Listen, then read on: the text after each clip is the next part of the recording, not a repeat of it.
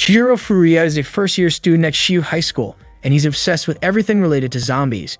He collects all kinds of zombie-related items from DVDs and dolls to designs, video games, and more. What's even crazier is that he dreams of meeting a super cute zombie girl, and he even wants to fall in love with one. Chihiro shares this zombie girl obsession with his two close friends, Yasutaka and Emoji. Naturally, Yasutaka thinks Chihiro's wish is strange, but Chihiro doesn't care because it's been his dream for a long time. Yasutaka is curious about what exactly makes Chihiro so attracted to cute zombie girls. Chihiro simply replies that it brings joy to his heart. Moji suggests that maybe Chihiro feels sympathy for those who have died and come back to life. However, Yasutaka disagrees with Moji's reasoning. The truth is, even Chihiro doesn't really know what drives his obsession with zombie girls. The Furuya family has a long history of maintaining the Shiryu Temple. Chihiro lives with his family at the temple. His grandfather, Jaguru Furuya, seems a bit senile, while his father, Duwan Furuya, serves as the head priest at the temple. His younger sister, Mero Furuya, is a 12-year-old girl. Every day, Chihiro's father handles breakfast while Mero takes care of the other household chores. During mealtimes, Jaguru repeatedly tells Mero to stop putting Napa cabbage in the miso soup, and Mero always replies that it's just regular cabbage. That's just how Jaguru is, and the whole family is used to it because of his age. Another member of their family is Babu, a stray cat that used to roam around the temple until they adopted him. Chihiro's mother passed away when he was young, and he doesn't even remember her anymore. Even so, Chihiro feels their family is incredibly happy, and he's grateful that he's never felt lonely. One day, their family suffered a loss. Babu was hit by a car driven by their neighbor, and Chihiro witnessed it. The neighbor, an elderly man Chihiro had known since childhood, explained that Babu had suddenly appeared when his car was passing by, and he couldn't stop in time. Chihiro was heartbroken, unable to think or do anything. Duan said they couldn't bury animals at the temple because the followers would strongly oppose it, so he apologized to Chihiro and Mero for only being able to bury Babu behind their house. Mero asked her older brother if, as children of the temple, they should be able to control their emotions during times like this. Chihiro responded, saying that wasn't true. Mero then approached her brother, and they hugged and cried together over Babu's grave. That night, Chihiro couldn't sleep. He was overwhelmed by thoughts of why death had to happen so suddenly, causing such deep sadness. He even began to think that no one should ever have to die. Suddenly, he had a wild idea.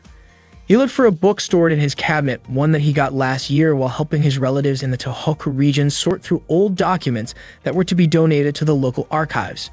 The book seemed like an ordinary notebook, and no one even knew when it had been written. The office considered it useless, but not Chihiro. Inside, it detailed a spell that could supposedly bring the dead back to life. It might have been nonsense, but Chihiro thought there was no harm in trying. He decided to resurrect Babu using the magic from the book.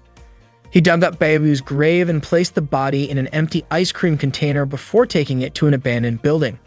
Chihiro figured no one would come there, allowing him to perform the ritual without interruption. He entered the building and went up to the upper floors. Chihiro loved zombies, so he would continue to cherish Babu even if he came back as a zombie. On the second day of preparing the magic potion, Chihiro noticed a girl approaching the well near the abandoned building. Not long after, she screamed into the old well. The next morning, Chihiro took ice blocks from the fridge and put them into a bucket when Mero came up to him, startling him. Mero asked what Chihiro was doing, but Chihiro said he wasn't doing anything. His younger sister didn't believe him, feeling like he was lying, especially with his suspicious behavior. Still, Chihiro ignored her and left with the ice blocks. He placed the ice blocks into a cooler that held Babu's body, neatly stored in his bedroom closet. Chihiro headed to school with Yasutaka and Moji. Yasutaka felt like Chihiro wasn't paying attention to his story, but Chihiro assured him that he was. Yasutaka didn't believe him and asked for Chihiro's opinion. Chihiro was confused about what opinion he was talking about, proving that he hadn't been listening at all. Yasutaka ended up repeating his story, talking about the girls at Senka High School and their classmates. Senka High was known for having the prettiest girls in the area, while Shiyu High School was an all-boys school and was boring in comparison. Yasutaka regretted that the students of Senka High always took a different route to school. In fact, the buildings of Shiyu High and Senka High were located across from each other, separated by a river. Yasutaka had purposely applied to Shiyu High because it was near Senka High, hoping to meet and get to know one of the rich girls from Senka. He also mentioned that a very wealthy girl had started at Senka High this year. Yasutaka was thrilled when he pointed out which girl he meant. The girl with long black hair on the other side of the river was the daughter of Sanka High's principal. Her name was Sanka Rhea. Yasutaka was completely captivated by Rei's beauty and said that because she came from such a high-class family, she was surely an innocent and pure girl. But Chihiro disagreed, saying that not everything was always as it seemed. This irritated Yasutaka, who felt like Chihiro was acting like a know-it-all. Later that day, Chihiro's cousin, Saju Ranko, came to his house to deliver some food. Dune greeted her and mentioned that Mero would be home late today, so he thanked Ranko for bringing the food. Ranko asked where Chihiro was. Dune said Chihiro was in his room, mentioning that since Babu's death, Chihiro always seemed tired and went straight to bed after school. Ranko went into Chihiro's room and woke him up, returning a zombie DVD she had borrowed from him earlier. Chihiro had completely forgotten that he had lent her the DVD. Ranko was surprised, especially since Chihiro had promised to come over to her house to retrieve it. Chihiro explained that he had been a bit busy, but Ranko wasn't convinced and started pulling his hair in frustration. She stopped when Chihiro suddenly asked if she knew Sanka Rhea, a first-year student at Sanka High, since Ranko attended the same school. Ranko said she knew her, and Chihiro asked what kind of girl Rhea was. Ranko only knew Rhea as the principal's daughter and teased Chihiro, wondering if he liked her. She tugged on his hair again, and Chihiro, in pain, quickly denied liking Rhea, saying that Yasutaka was the one interested in her. Continuing to mess with him, Ranko was annoyed because she thought Chihiro had been upset about Babu's death, but it seemed like he was doing just fine. Chihiro, still in pain, pleaded with Ranko to stop. She threw him onto the bed, said goodbye, and reminded him to come to her house next week. Ranko borrowed another zombie DVD and left. Saju Ranko was Chihiro's cousin. Her parents ran a traditional Japanese restaurant, and she was a second-year student at Sanka High School. Even though she was only about half a year older than Chihiro, Ranko always acted like his big sister. On the second night of Chihiro's magic experiment, he began preparing the tools and ingredients needed to make the potion as described in the book. However, one of the pages was unreadable because it was stained. The page seemed to indicate that the necessary ingredient was some type of poisonous plant, but he couldn't figure out which one. Previously, Chihiro had tried using poisonous water hemlock leaves, but it didn't work. He was feeling pessimistic about his efforts, but decided to keep trying for a week. If there were no results by then, he would have no choice but to bury Babu again. Suddenly, he heard footsteps outside the building, so he went to check. It turned out to be Rhea, who was heading toward the well near the building. Once she reached it, Rhea screamed loudly into the old well, just like she had the night before, pouring out all her frustrations. Rhea cried out, wondering why she had to be born into the Sanka family. She just wanted freedom to come and go as she pleased with her friends. But because she was part of the Sanka family, she was never allowed to. Chihiro watched from the window above, sipping from a bottle of water. He was shocked when Rhea shouted that she wanted her father to stop taking naked pictures of her on her birthday to record her growth. Startled, Chihiro accidentally dropped his drink, which caught Rhea off guard. Chihiro tried to hide below the window, but Rhea had already seen him. They awkwardly met, and Chihiro felt really uncomfortable around Rhea. He tried to start a conversation, but suddenly, Rhea begged him to forget everything he had just seen and not tell anyone, saying she'd do anything he asked. Casually, Chihiro joked that he might spread what he had heard yesterday.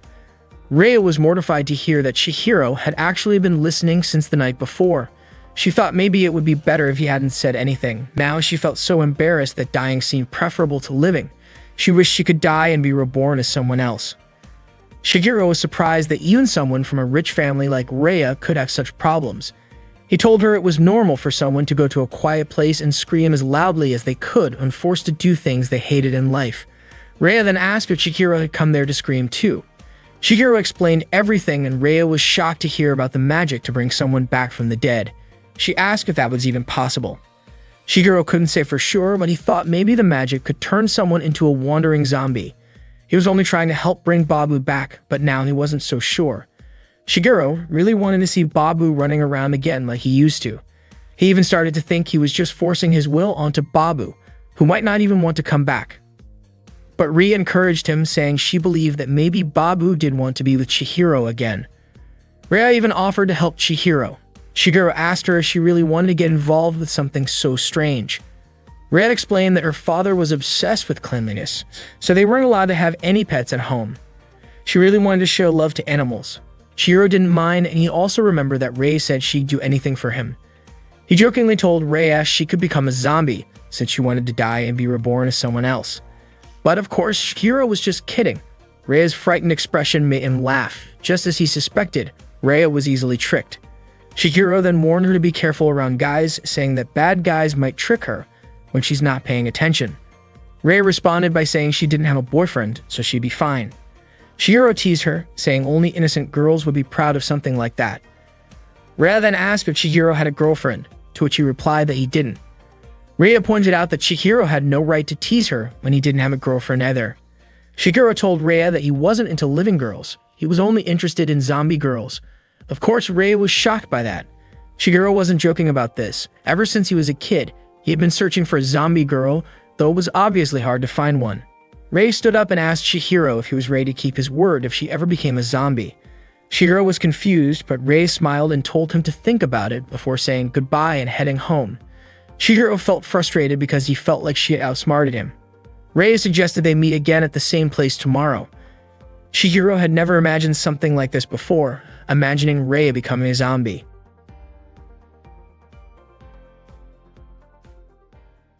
Reia and Chihiro met again the next day at the same spot. Reia was engrossed in watching a zombie movie on Chihiro's laptop, while Chihiro was busy preparing a magical potion for today's experiment. Reia seemed really interested in the zombie film and asked Chihiro why the zombies were tearing into their friends and eating them. Chihiro explained that this was simply how zombies behave, they attack and eat humans. Reia was surprised because it seemed like she was only just learning what zombies are. She also told Chihiro that she had never watched a zombie movie before. Chihiro intentionally brought a terrifying movie filled with gruesome scenes, hoping to scare Reia on her first watch. But instead, Reia became even more fascinated by the creepy zombie movie. Chihiro reminded Reia that she was supposed to help him make the resurrection potion. Feeling bad for getting too absorbed in the movie, Reia quickly apologized, closed the laptop, and began helping Chihiro gather the ingredients for the potion. She asked what poisonous plants they would be using today. It seemed like Chihiro was running out of ideas and was becoming a bit doubtful about successfully creating a resurrection potion, especially since parts of the instructions in the book were unreadable. Reia asked what would happen to Babu, their pet cat, in the end. Chihiro simply replied that he might have to bury him, especially since this was the 5th day of trying to create the resurrection potion. Chihiro teased Reia by asking if she would eat Babu, and of course, Reia didn't understand why Chihiro would even think that. Chihiro clarified that it was just a joke. He mentioned that he had already tried using all the poisonous plants in the area from morning glory, lily, water hemlock, to Chinese plum. Chihiro then wondered what plant they should try next. Suddenly, Reia suggested they go outside to find more poisonous plants. She hurriedly left, but as she walked, she tripped over a bowling ball, causing her skirt to flip up. Chihiro saw this, making Reia feel embarrassed, and she quickly left the building. Chihiro hadn't expected Reia to be such a bold person. Reia feels that her father's love for her has gone beyond the boundaries of what is normal for a family. When Reia was a toddler, the maids would play with dolls with her. One day, they asked her to grab a doll from them, but Reia, who wasn't yet good at walking, fell and started to cry. The maids comforted her, as most people would, but her father reacted differently. He was upset about the incident, and the next day, all the maids who had played with her were fired. As a child, she would often play ball with the maids in the yard. One day, while they were playing, a cute cat appeared. Naturally, her childlike instincts kicked in, and she went over to pet it. Her father, Senka Danakuru, watched the entire scene from behind a window. The next day, the cat was gone, and so was the maid who had been watching her. Reia was mostly left with her mother, Senka Area, who was distant and cold toward her. Every year on Reia's birthday, her father would take photos of her without any clothes on. As Reia grew older, she started to realize that what her father was doing was far from normal. Even Area became a little suspicious of Danichiru's feelings toward Reia. It got to a point where Reia couldn't take it anymore. She often felt Danichiru's presence or the presence of one of his subordinates watching her. It was a gaze that followed her no matter where she went. At school, Reia made her first friend Nakadai, who is a friendly girl. She comes from a respected family, so Danichiru allowed Reia to be friends with her. Before this, Reia always thought that everyone hides their suffering behind a smile, but after befriending Nakadai, she started to realize that her thinking was wrong. It was just that she hadn't been lucky in life. Reia often visited Nakadai's house and saw the warmth and affection in Nakadai's family. For the first time, Reia shared the things she had been going through with Nakadai, and Nakadai was shocked to hear it. Nakadai thought it was really strange for Danakuru to take photos of his daughter without clothes on. She also suggested that Rhea ask Danakuru to stop doing that. However, Rhea was still too afraid to anger her father. Nakadai also mentioned that she had fought their father before and that fighting with one's dad was a normal part of family life. But after that conversation, Rhea regretted sharing all her secrets with Nakadai. Meanwhile, Chihiro had been waiting for Rhea inside the building for a while and started feeling worried about her. He was afraid Rhea might have gotten lost in the forest or even slipped and fallen into the river, although he wasn't sure if Rhea would do something that dangerous.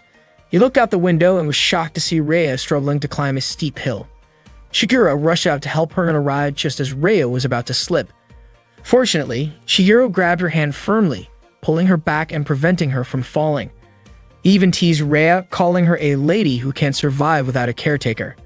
Rhea got annoyed at that and claimed she could climb the hill by herself. Chihiro then jokingly asked if she wanted him to let go of her hand, which of course she didn't. They returned to the abandoned building and Chihiro asked why Rhea felt the need to climb the hill. Rhea simply replied that she saw the plant she was looking for growing near the grave at the top, and she thought it would be faster to get there by climbing. Chihiro called her a reckless rich girl, but Rhea didn't care. She said that even if she fell and died, Chihiro could just bring her back to life as a zombie. Chihiro was startled by this, especially since he hadn't even managed to revive Babu yet. He also pointed out that he had never said he would bring Rhea back to life if she died. Rhea made it clear, though, that she was begging Chihiro to revive her if that ever happened to her. Rhea finally found the courage to ask Danakuru to stop his actions. She refused to be photographed without clothes. Danakuru then asked why she was rejecting this, claiming it was a normal thing for parents to document their child's physical growth. Rhea shouted back, saying it was not normal and unlike other families. She wanted them to be a normal family. She wanted to live a normal life just like everyone else. Danakuru then asked if someone had said something to her, but Rhea denied it, though Danakuru kept pressing. Rhea grew angrier and told him that anyone would find what he was doing strange. Danakuru simply responded that Rhea didn't understand. The only thing that was truly real in this world was Danakuru's love for her. He then walked away, but Rhea was left feeling deeply unsettled. Sure enough, the next day a friend told Rhea that Nakadai was moving away, saying that something had happened to Nakadai's father. He had been forced to quit his job. Rhea knew Danakuru was behind this. Once again, he had interfered. Rhea ran to see Nakadai, relieved she could still catch her before she moved. Nakadai was going to a cat shelter because her new home wouldn't allow pets. Nakadai's family had changed and she was angry with Rhea for saying something to Danakuru. Nakadai felt that she had never interfered in Rhea's life, and now she regretted ever being friends with her. Nakadai left Rhea standing there, feeling devastated. Rhea became more convinced that Danakuru had taken everything from her. Danakuru explained to Rhea that happiness means something different to everyone. He believed that the purity of his love for her was something no one else could understand, and he told her that one day she would realize how deep his love was, deeper than anyone else's. He also warned Rhea that if she didn't understand, someone else would suffer. Danakuru insisted that Rhea didn't realize how much better her life was compared to others. Then Danakuru demanded that Rhea take off her clothes so he could take her picture for her birthday this time. Rhea couldn't stop him this time. She realized that if her happiness came at the cost of someone else's suffering, she would rather live in sadness. Rhea showed Chihiro the poisonous plant she had collected. It was a hydrangea. Chihiro asked why she had chosen a plant that grew all over town. Rhea explained that many people didn't realize how dangerous it was. It was a symbol of her family, and she had many in their garden. Even when she was little, her father had warned her never to put it in her mouth. Suddenly, Chihiro remembered that his forgetful grandfather used to eat hydrangea leaves all the time. Rhea was surprised and wondered if the plant's effects vary depending on the person. They decided to try it out. Chihiro crushed the hydrangea leaves into his potion mixture, and after adding all the ingredients, the potion was ready to test. Chihiro carefully took Babu's body out of the icebox and with care placed the mixture in Babu's mouth. Both Chihiro and Rhea were hopeful that this time the experiment would work, but after waiting for a while, there were still no signs of life from Babu. They concluded that once again the experiment had failed. Chihiro and Rhea began to pack up, getting ready to head home. Rhea asked what other poisonous plants they might try tomorrow, but Chihiro refused. He felt sorry for Babu, saying he couldn't keep forcing things for his own selfish reasons. He decided it was time to bury Babu, and Rhea agreed. Chihiro thanked Rhea for helping him, and Rhea nervously asked if they wouldn't meet again at this place, but quickly got embarrassed and said goodbye before heading off. Shigeru noticed that Rhea was walking with a slight limp. Rhea mentioned that she had twisted her ankle when she slipped earlier, but said she was fine and continued walking. But Chihiro, worried, ran up to her and lifted her onto his back, much to her surprise as she shouted in shock. He then placed her on the back of his bike and asked her to hold the icebox with Babu's body inside. As they rode, Rhea's mind wandered, wondering why she had been born into a family so different from others. She longed for a normal life, to laugh freely like everyone else. She wished she could be born again and find freedom. If that wasn't possible, then maybe it would be better to just die. Rhea asked Chihiro to stop the bike near a tunnel not far from her home. Shigeru, confused, asked if her house wasn't up the hill and offered to take her all the way to the front door. But Rhea refused, explaining that she never used the front entrance. She planned to sneak in through a secret door hidden in the bushes, and fortunately, her father hadn't grown suspicious yet. Shigeru wondered how terrifying Rhea's father must be. Before leaving, he reminded Rhea not to be late for Babu's funeral tomorrow, and she agreed.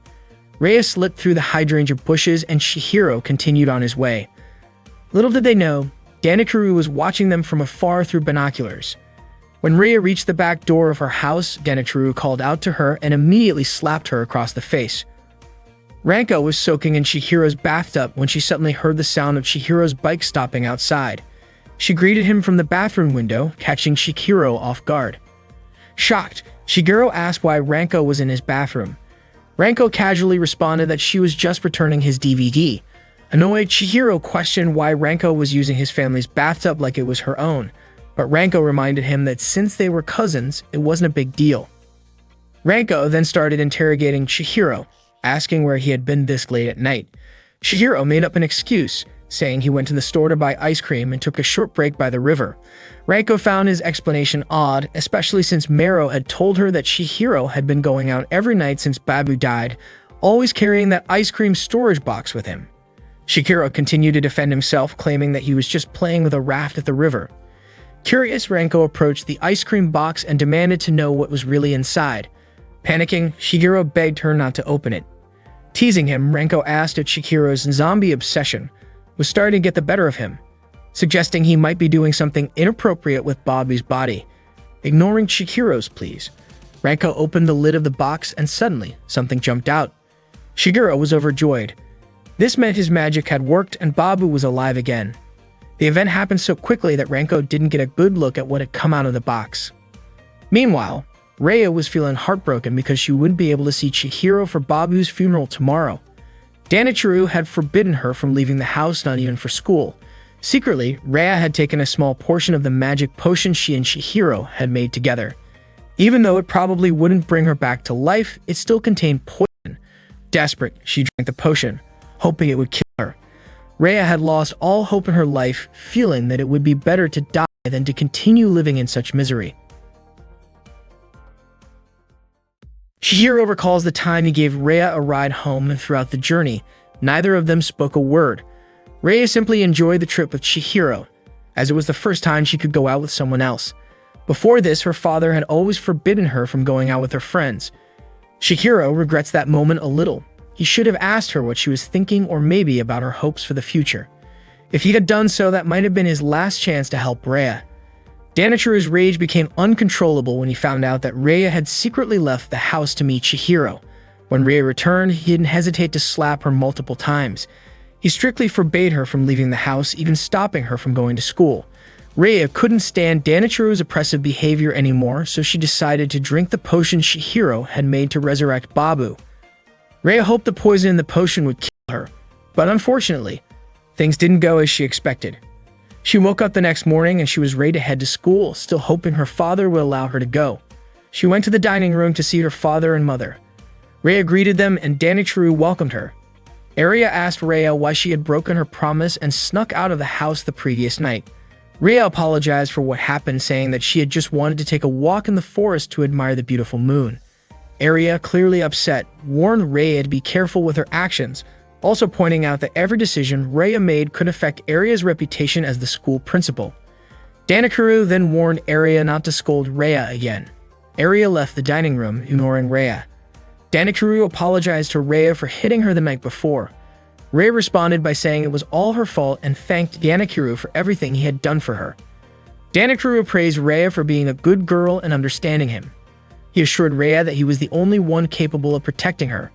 Danakuru then asked why Rhea was still wearing her school uniform when he had clearly told her the night before that she was no longer allowed to go to school, instructing her to study at home. Rhea apologized again and agreed to comply. Suddenly, one of Danakuru's men arrived and asked Rhea to leave and change out of her uniform. She left the dining room and Danakuru's men closed the door, as it seemed they had something important to discuss. Rhea didn't go far but tried to listen to their conversation from behind the door. Her father's men had discovered the identity of the boy who had been with her the night before. They had learned that Chihiro attended Shiryu High School and was the son of the head priest at Shiryu Temple. Danakuru ordered his men to castrate Chihiro as a warning so that he would never approach Rhea again. Rhea was shocked to hear this, knowing that Chihiro was in great danger. Shigeru tried calling out to Babu, who was up in a tree. Ranko still couldn't believe why Chihiro made a magic potion to raise the dead and used it on Babu's corpse. She never imagined Chihiro would do such a thing, especially since he's the son of a chief priest. Mero wasn't surprised at all by her older brother's behavior. She had known for a long time that Chihiro was a weird guy who was obsessed with zombies. Still, she didn't expect him to go this far.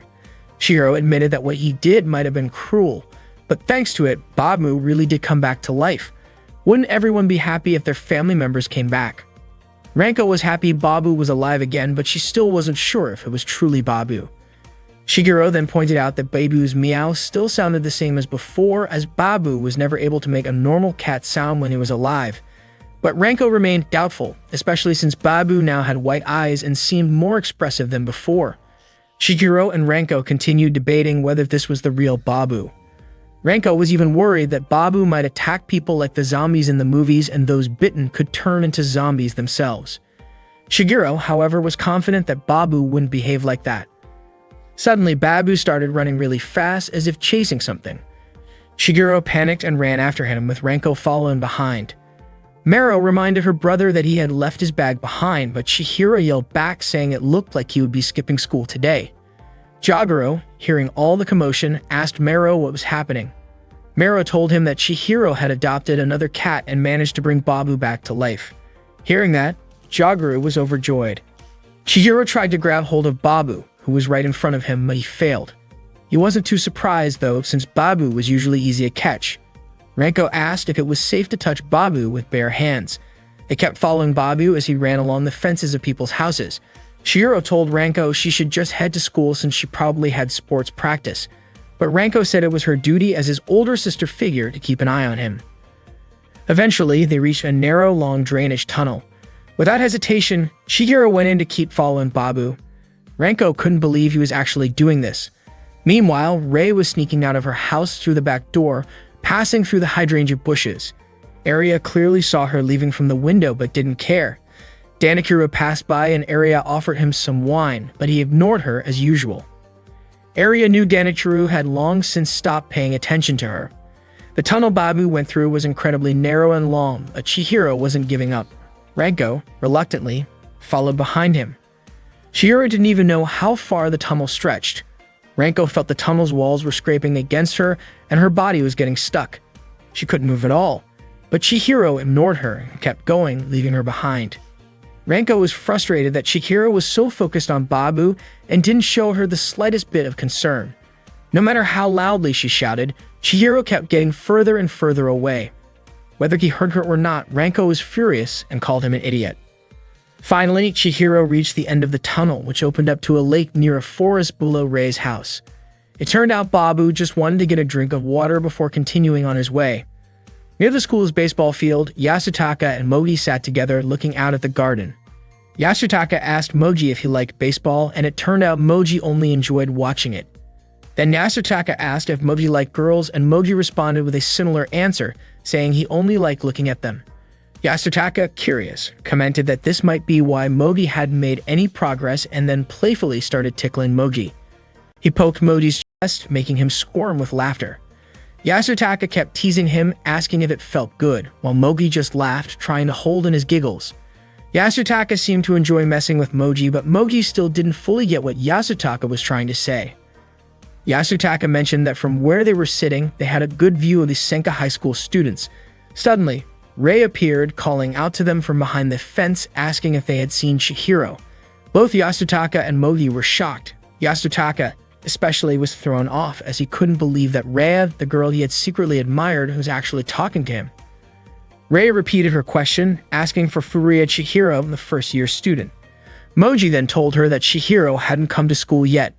Yasutaka, still curious, wondered why Rei was looking for Chihiro. Rei, somewhat nervously, replied that Chihiro was about to be castrated, thanked them, and quickly left. Yasutaka was left in stunned silence, unable to process the fact that Chihiro, of all people, was somehow connected to Rei. Meanwhile, Rei was still searching for Chihiro, feeling anxious after her interaction with Yasutaka. She wondered if she had said something strange. As she continued walking through town, one of Danichiru's henchmen spotted her.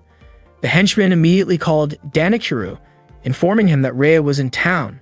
Danichiru instructed his henchmen not to rush into capturing her, but to continue following her.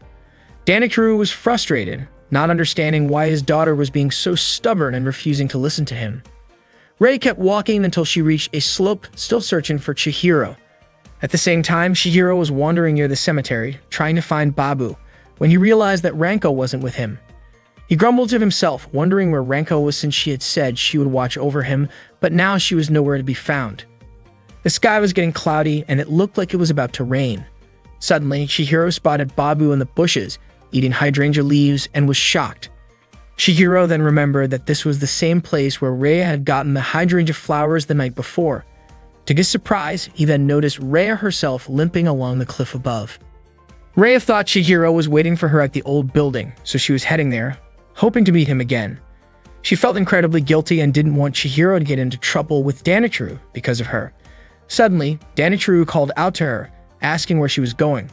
Startled, Rei turned to see Danichiru and his henchmen standing behind her.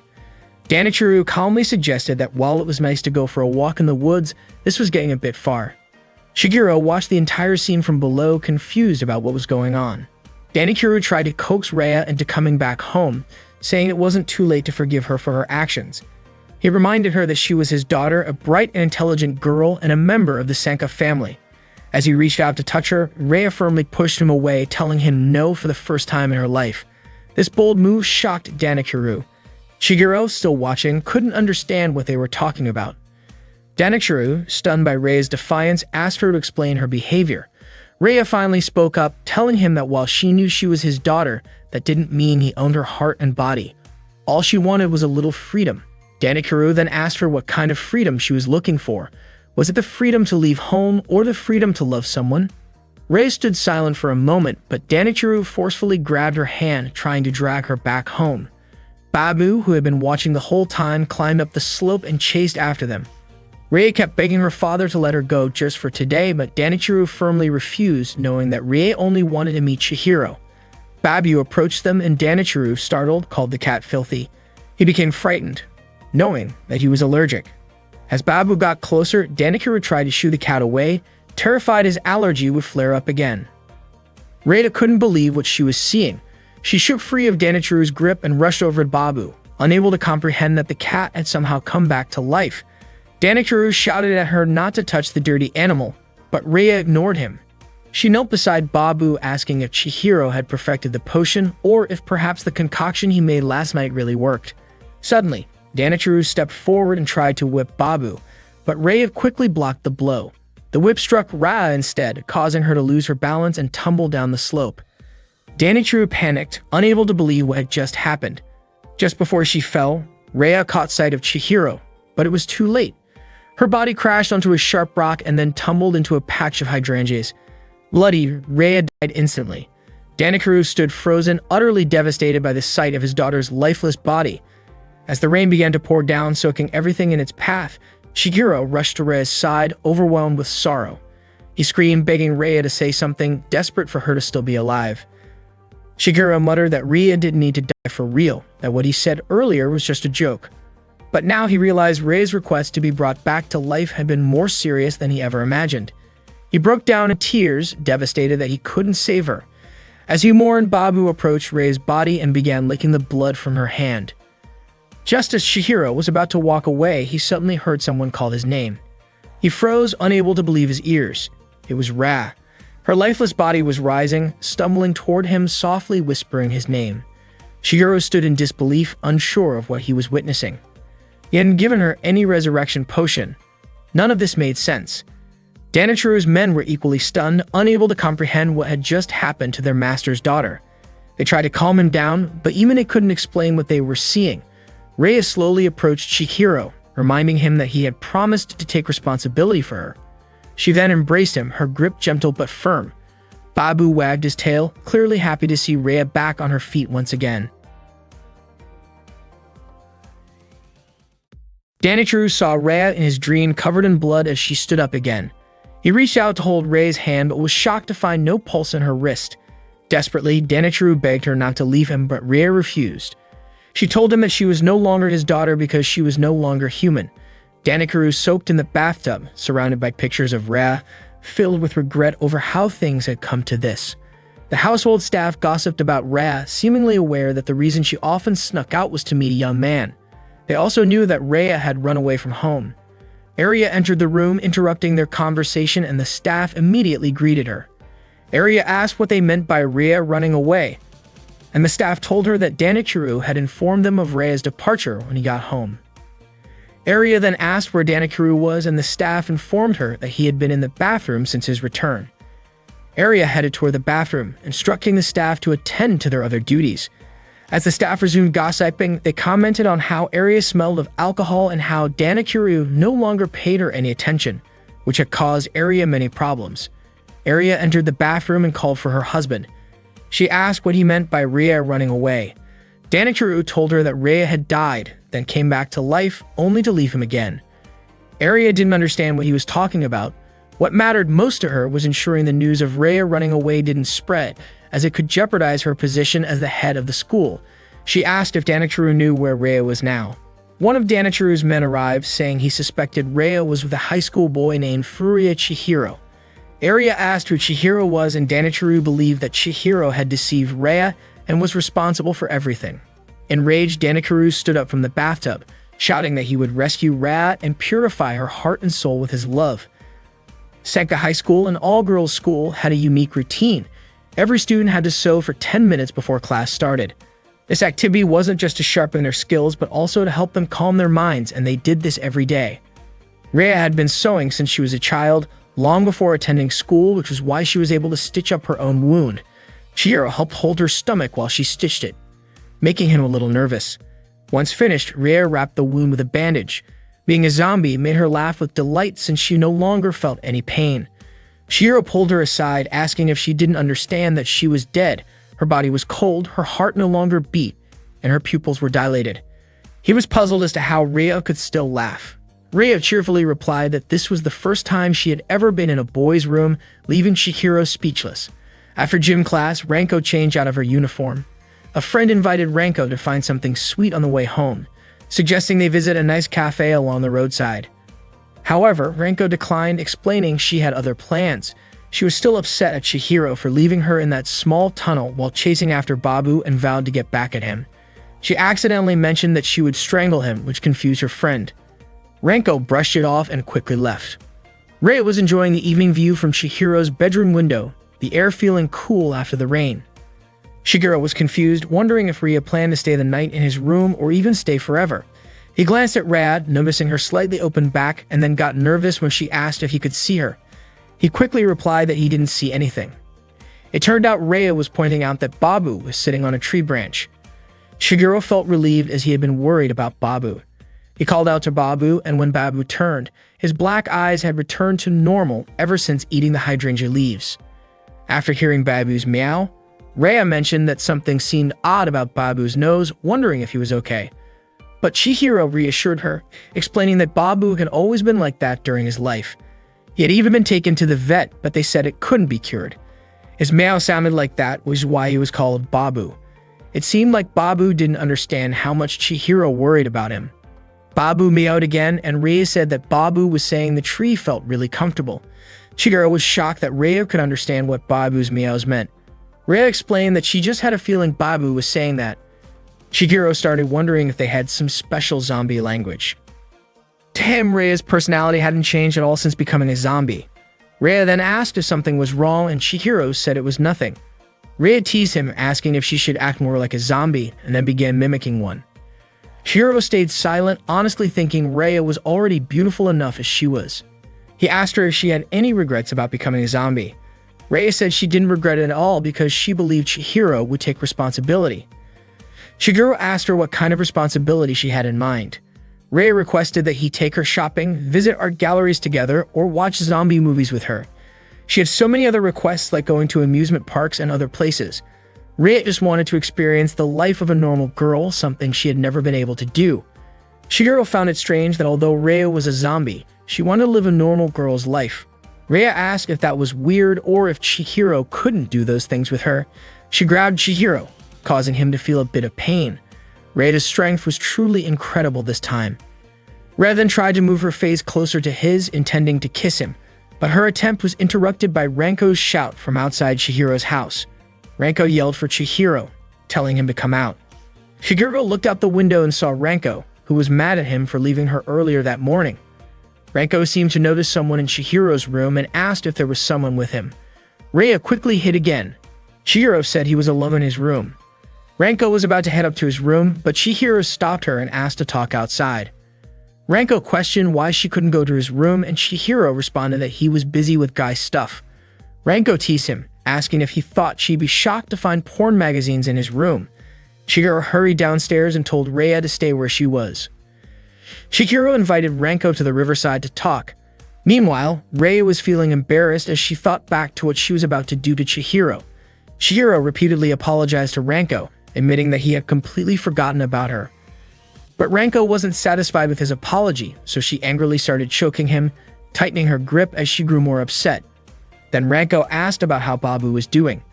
Chihiro reassured her that Babu was fine and hadn't attacked anyone.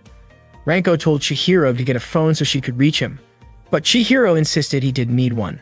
Ranko shifted the conversation back to Babu, asking what would happen to him in the future and whether Babu could stay the way he was now. Chihiro was still unsure, deep in thought. Suddenly, Yasutaka's voice called out to Chihiro. Yasutaka ran over and begged Chihiro to introduce him to Reia. He started worshipping Chihiro, wondering why Chihiro had never told him that he knew Reia. Ranko found Yasutaka's behavior disgusting, and Moji commented to her that Yasutaka had been acting crazy lately. Ranko then asked if the Reia Yasutaka was talking about was Sanka Reia, to which Yasutaka confirmed. No wonder Chihiro had acted suspicious when asking about Reia before. However, Chihiro denied it, saying it was just a coincidence. Yasutaka got upset at the idea of it being just a coincidence, since he had always struggled to approach girls. Moji, on the other hand, was relieved, thinking this meant that Chihiro wasn't only interested in zombies. But Chihiro immediately denied that, firmly stating that he was only attracted to zombie girls. He almost let slip that Reia wasn't human anymore. Reia had indeed become a zombie, just like the kind Chihiro had always dreamed about, and that zombie was currently in his room. He couldn't help but smile at the thought, which made Ranko suspicious of his odd grin. As evening fell, Reia started getting impatient, feeling like she'd been waiting for Chihiro for too long.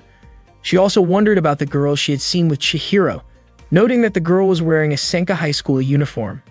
Reia couldn't help but wonder if that girl was close to Chihiro.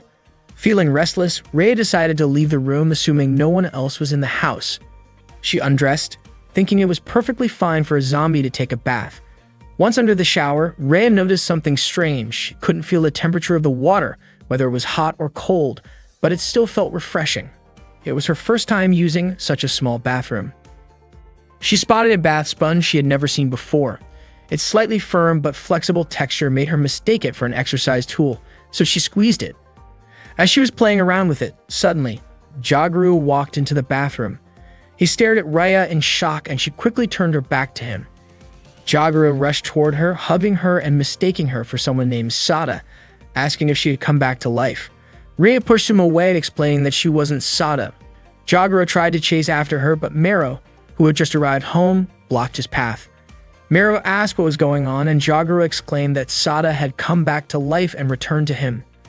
Mero was confused, saying she wasn't sure if he meant alive or not, but she pointed out that their late grandmother's name wasn't Sada, it was Kyo.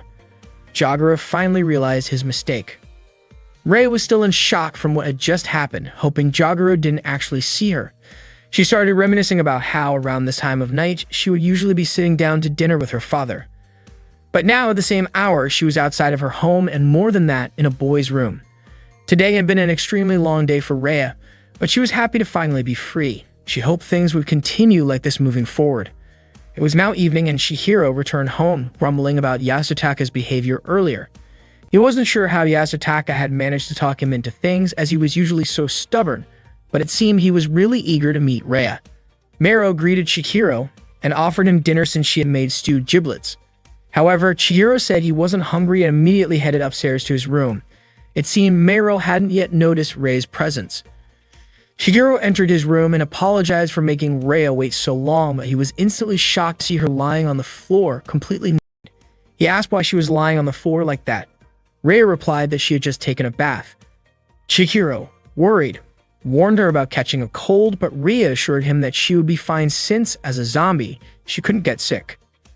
Chihiro felt relieved, but then realized that this conversation was actually happening with a zombie he had dreamed about for so long. He almost got a nosebleed just thinking about it. He moved closer and asked if she wasn't worried about getting a stomach ache either, to which Rhea replied that zombies don't get stomach aches either. Chihiro was ecstatic, especially when Rhea called his name in a soft, affectionate tone. He was overjoyed, feeling like all his dreams were coming true, nearly losing control of himself. Chihiro told Rhea to get dressed, but she revealed that she couldn't actually move her body. She felt like her body was stiffening more and more. Chihiro asked if that was why her speech had started to sound a bit slurred, because her voice wasn't as clear as before. He wondered if the potion was wearing off. He grabbed Rhea's hand and noticed that her pale skin was becoming even stiffer. Was this rigor mortis, a stiffening that occurs in a corpse? Chihiro tried to reassure Rhea, telling her that this was normal and nothing to worry about. Rhea praised Chihiro for knowing so much, which made her so happy that Chihiro didn't even realize it. Even though she still had human consciousness, her body remained that of a corpse. This meant that if nothing was done, her body would eventually decompose, leaving only bones in a matter of a month. Chihiro couldn't just sit by and do nothing. He remembered Rhea's wish for him to help her experience the normal life of a girl that she never had before. Chihiro gently lifted Rhea onto the bed and covered her with a blanket. He needed to find a way to preserve her body as soon as possible. Tonight marks the first time Rhea is staying over at Chihiro's house. Chihiro turned on the air conditioner in his room and set the temperature to be very cold, intending to help preserve Rhea's body. With the cold temperature, her body wouldn't deteriorate so easily. After setting up the AC, Chihiro left his room, wished her goodnight, and headed to the shrine. Tonight, he needed to stay there. As he walked away, Chihiro couldn't stop thinking about Rhea. He was worried about her body, which was going through rigor mortis. If this kept going on, her body would eventually rot and fall apart little by little. Chihiro needed to find a way to preserve her body before it got worse. With those thoughts in his head, he tried to fall asleep. The next morning, Chihiro went to Mero's room to ask her about a book on how to preserve corpses that she had read the day before. The book was actually about embalming and using special formulas to preserve bodies, and Chihiro was eager to borrow it. However, Mero told him that one of her classmates had borrowed the book. Chihiro found it strange that a middle school student would be interested in embalming corpses, but Mero innocently pointed out that middle school students are simply those who have graduated from grade school but aren't in high school yet. Mero asked why her older brother wanted the book, but Chihiro brushed it off, saying it was nothing, and left the room. Mero thought her brother had been acting strangely lately. Chihiro then went out to find formaldehyde but was overwhelmed by the strong smell. He needed to make sure that his family and neighbors wouldn't notice it. As Chihiro stared at Rhea's still body, she looked like she was simply sleeping. Suddenly, Chihiro's father called out to Chihiro and Mero, asking them to come down for breakfast. Chihiro hesitated, feeling uneasy about leaving Rhea alone in his bed. He decided to move her into the closet. Quickly, he emptied the bottom shelf, laying out a mattress and pillow inside. Struggling, Chihiro tried to move Rhea's body, but then he slipped and fell. His heart raced as Rhea's body ended up lying on top of him. Hearing the commotion, Chihiro's father shouted from downstairs, asking what was going on. Chihiro yelled back that he'd be down soon. Finally, he managed to place Rhea's body in the closet. Chihiro told Rhea that she should be able to move her body again tonight. He knew the closet was cramped, so they asked her to hang in there. Rei didn't respond, of course, because she couldn't move at all. Suddenly, Chihiro heard a growling noise and assumed that Rei might be feeling hungry. He closed the closet and promised that one day she'd be able to move again. And when that time came, he would make sure to have something for her to eat. Chihiro then went to join his family for breakfast. It was the usual meal with the same typical questions from his grandfather. This time, his grandfather asked if they could stop putting fish paste in the miso soup. Chihiro's father replied, as always, that it wasn't fish paste but tofu. It was another ordinary day in Chihiro's life. But as they ate, Chihiro suddenly remembered Rei's wish to live like a normal girl. He turned to Mero and asked her what normal meant. Mero, confused, asked why her older brother was asking something like that out of the blue. Chihiro just brushed it off, saying it was nothing.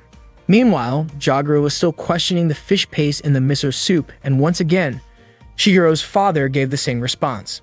Ranko had just finished delivering a food order to the Senka family's house when suddenly, her junior appeared from behind the fence. Ranko was startled to see them. The junior asked what Ranko was doing there, and Ranko explained that she was just doing her job, delivering an order from the restaurant.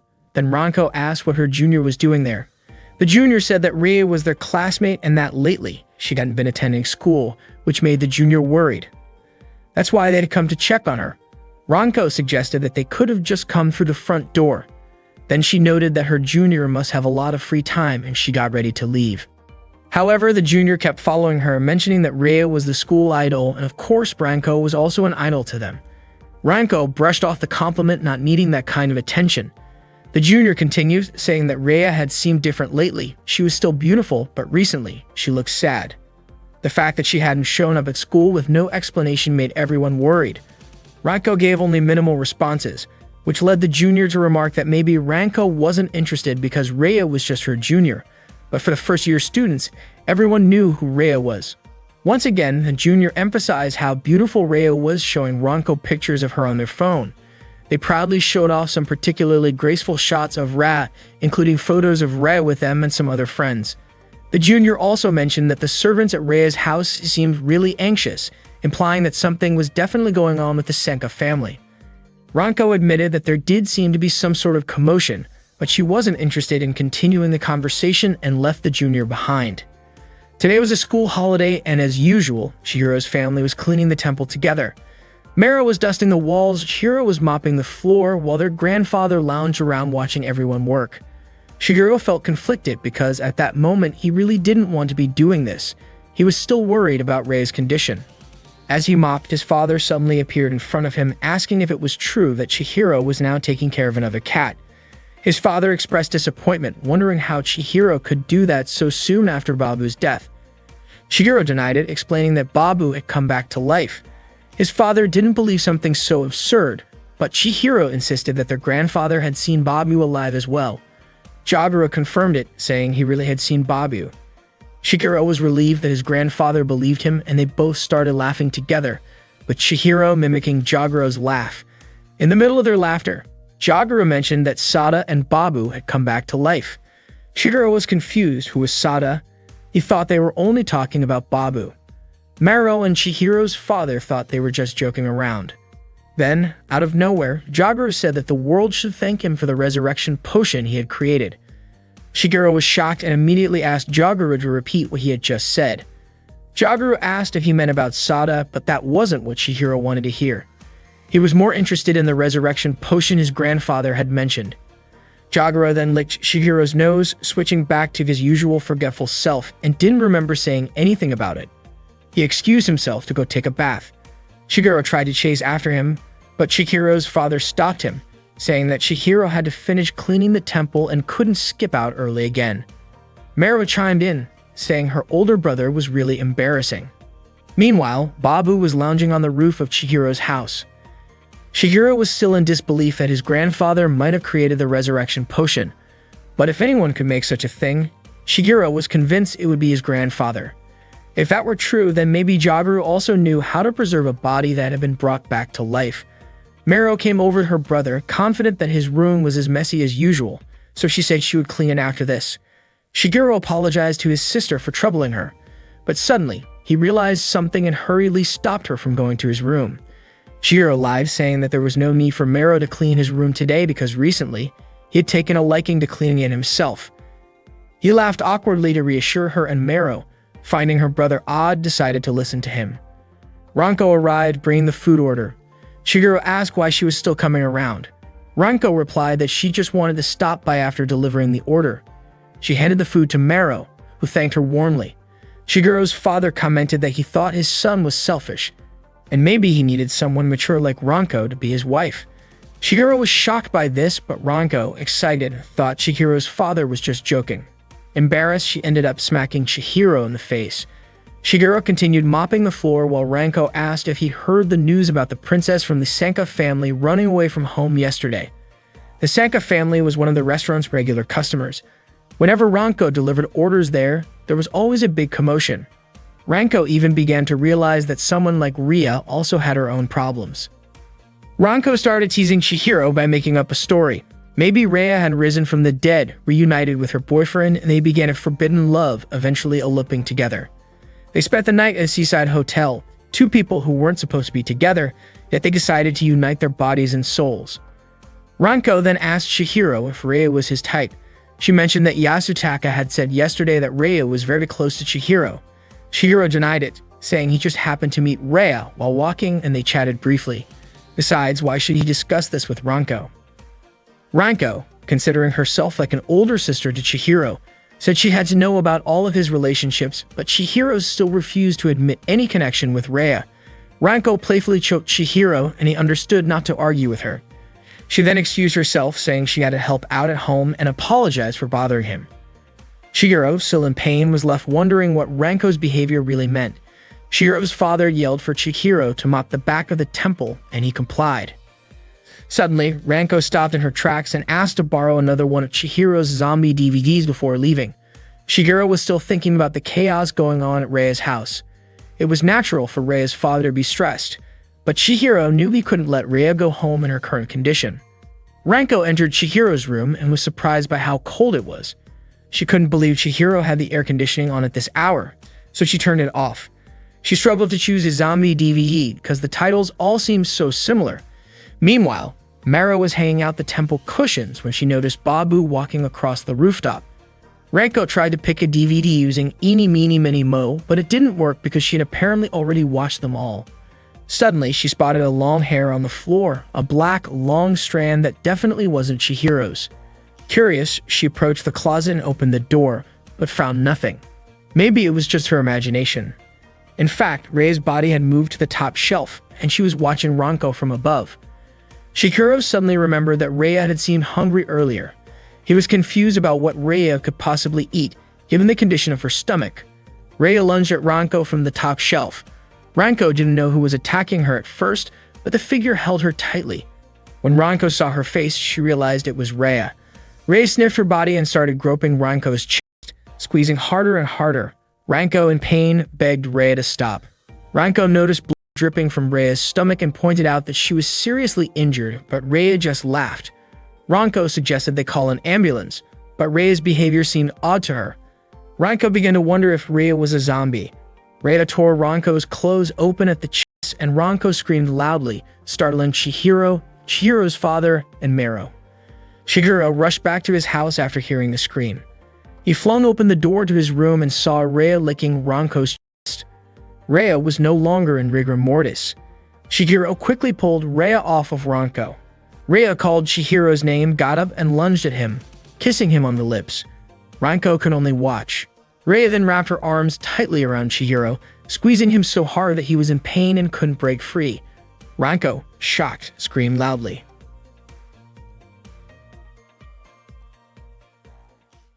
Chihiro always dreamed about a beautiful zombie girl, imagining romantic situations with her. But now that dream has turned into reality since Rhea became a zombie. Rhea entered Chihiro's dream, and now she knows the romantic scenarios he's been dreaming of.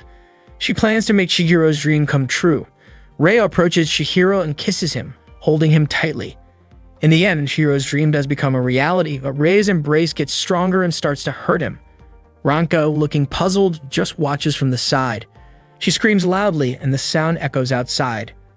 Chihiro's father asks Mero if she also heard the scream. Mero responds that it probably was Ranko, but reassures him that Chihiro is with her now, so there's nothing to worry about.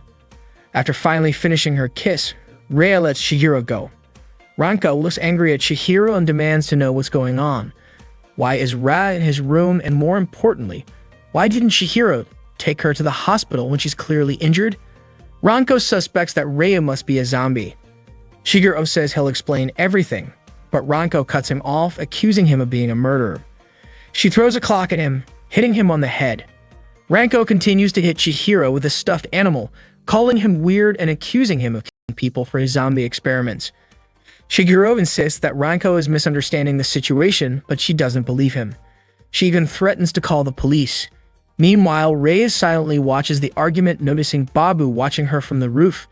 Chihiro begs Ranko to stop hitting him and promises he'll explain everything. However, Ranko keeps attacking, even choking him, demanding to know what he's done. Chihiro finally says that Rhea secretly drank his potion.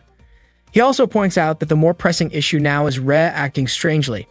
Both of them pause when they see Rhea climbing out of the bedroom window, heading toward the roof to follow Babu. Chihiro calls out to her, but she's already gone. He tells Ranko to go get his grandfather from the bathroom. Ranko asks why, but Chihiro just tells her to do it. Meanwhile, Chihiro climbs onto the roof to follow Rhea. Just as he's about to move, his father calls out to him, reminding him to finish his cleaning duties soon.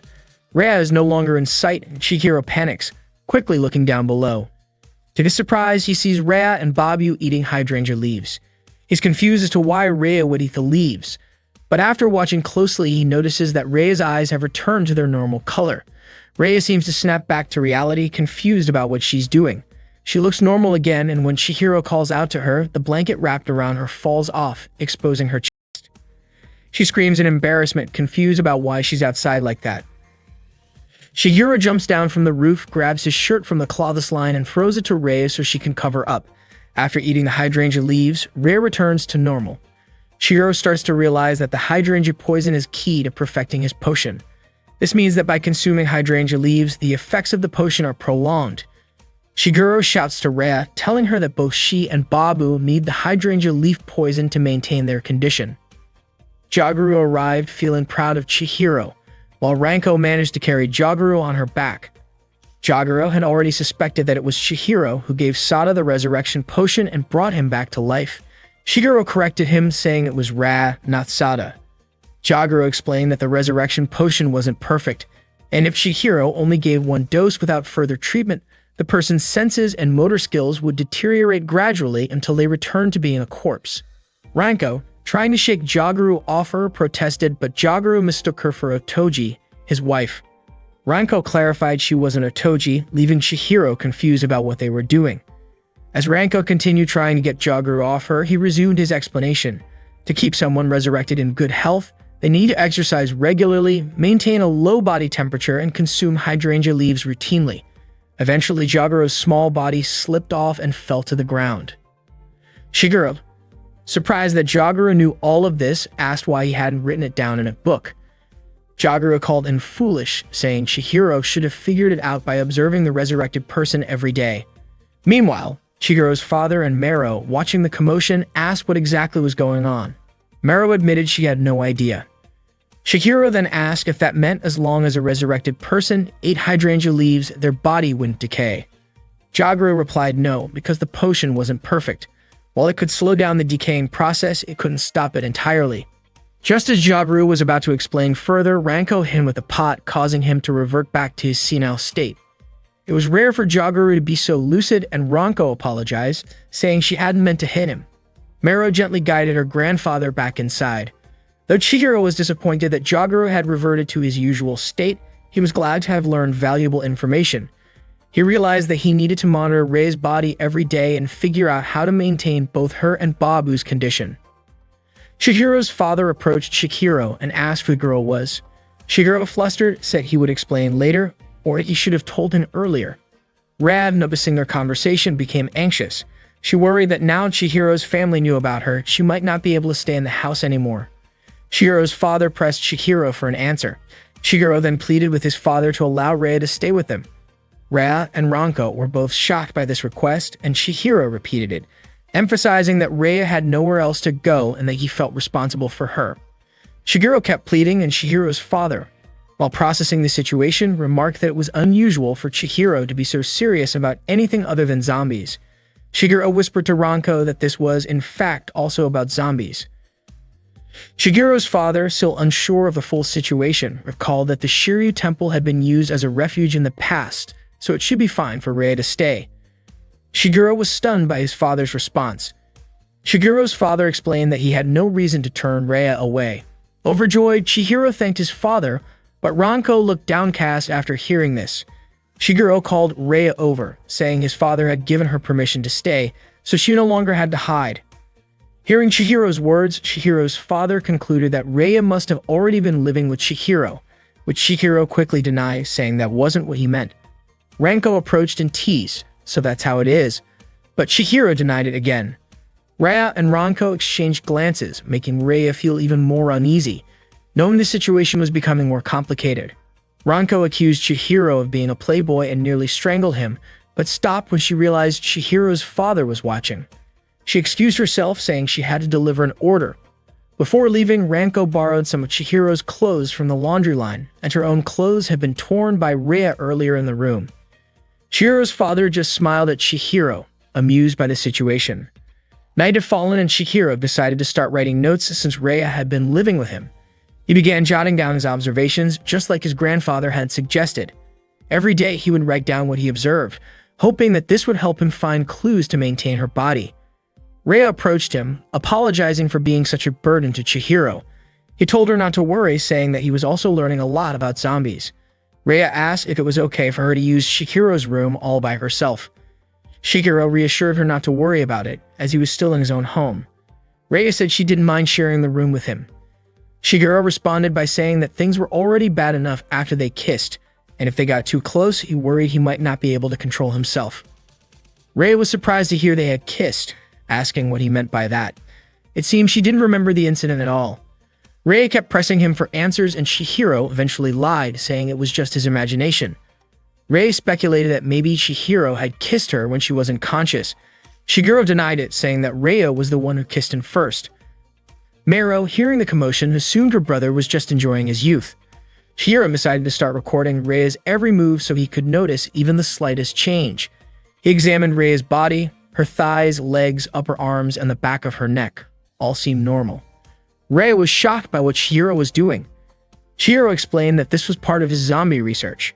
Rei asked him to stop because it was embarrassing, but Chihiro said it was for her sake, so she didn't need to do anything.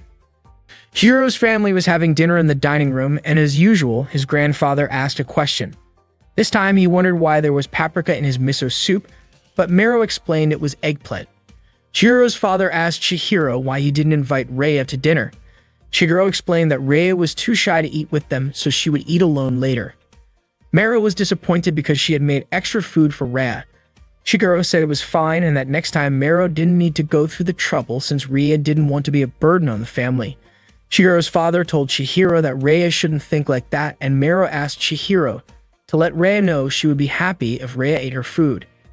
Chihiro said he would tell her. Chihiro started thinking about all the problems he had to deal with, and maybe Rei should pretend to eat even if she had lost her sense of taste. Ranko then came to Chihiro's house, bringing clothes for Rei to wear every day. Chihiro instead asked Ranko to lend her underwear as well, but Ranko refused, saying she would buy new ones and bring them tomorrow. Before leaving, Ranko told Chihiro that she already knew Rei wasn't his girlfriend. Chihiro thanked Ranko, which made her smile. Chihiro felt relieved that Rei at least had a change of clothes, but he was still thinking about the issue of food. In his opinion, Rei no longer had a functioning metabolism, so maybe she didn't need food at all. Rei still looked the same as she had before she died. When he returned to his room, Chihiro saw Rei feeding hydrangea leaves to Babu. Watching Rei and Babu made Chihiro feel a bit sad. Rei and Babu were no longer like him, they were different creatures now. Rei called out to Chihiro, and as he entered, he told her he had brought her a change of clothes. Rei thanked him. Chihiro invited Rei to go for a walk outside. Rei asked Chihiro if he was sure about letting her be outside. Chihiro explained that his grandpa had said Rei needed to move around more. It seemed a bit strange on the surface. Chihiro and Rei looked like a normal couple, but Rei was actually a zombie. At first, Chihiro kind of enjoyed the situation, but after a while, that excitement started to fade. Time passed at the same pace for both humans and zombies. While they were walking, one of Danichiru's men spotted them from a car and kept watching. Rhea mentioned to Chihiro that she hadn't felt the need to use the bathroom or felt sleepy at all. She wondered if that meant she was truly dead. Rhea wasn't sure if there was an afterlife waiting for people who die normally. If she became a ghost, she thought she might not have the chance to walk around and talk with Chihiro. Rhea said she felt more suited to being a zombie and even thanked Chihiro for giving her this sense of freedom, despite being a zombie. Chihiro felt a wave of sadness wash over him, knowing that if Rhea stayed this way, one day she would decay and turn to ashes. He promised to take responsibility for her. Rhea asked him to take care of her body, though she realized she probably shouldn't have phrased it that way since it sounded a bit strange. They stopped talking and headed back home. Chihiro kept thinking about whether there was a real way to stop Rhea's body from decaying, wondering if there was a way to preserve her and fulfill all her wishes. He also worried about what would happen when hydrangea plants were no longer in season. He knew he needed to find another solution. While they were walking, a speeding car suddenly came out of nowhere and almost hit Chihiro. Luckily, Rhea managed to push him out of the way just in time. Rhea was shocked when she saw Chihiro rolling across the sidewalk and apologized, panicking about what she should do, but Chihiro assured her it was fine. Rhea's strength was incredible because the limiter in her brain was no longer working. When she pushed Chihiro, she did it so forcefully that he fell, injuring his arm and making it bleed. Seeing this, Rhea immediately licked the wound to sterilize it.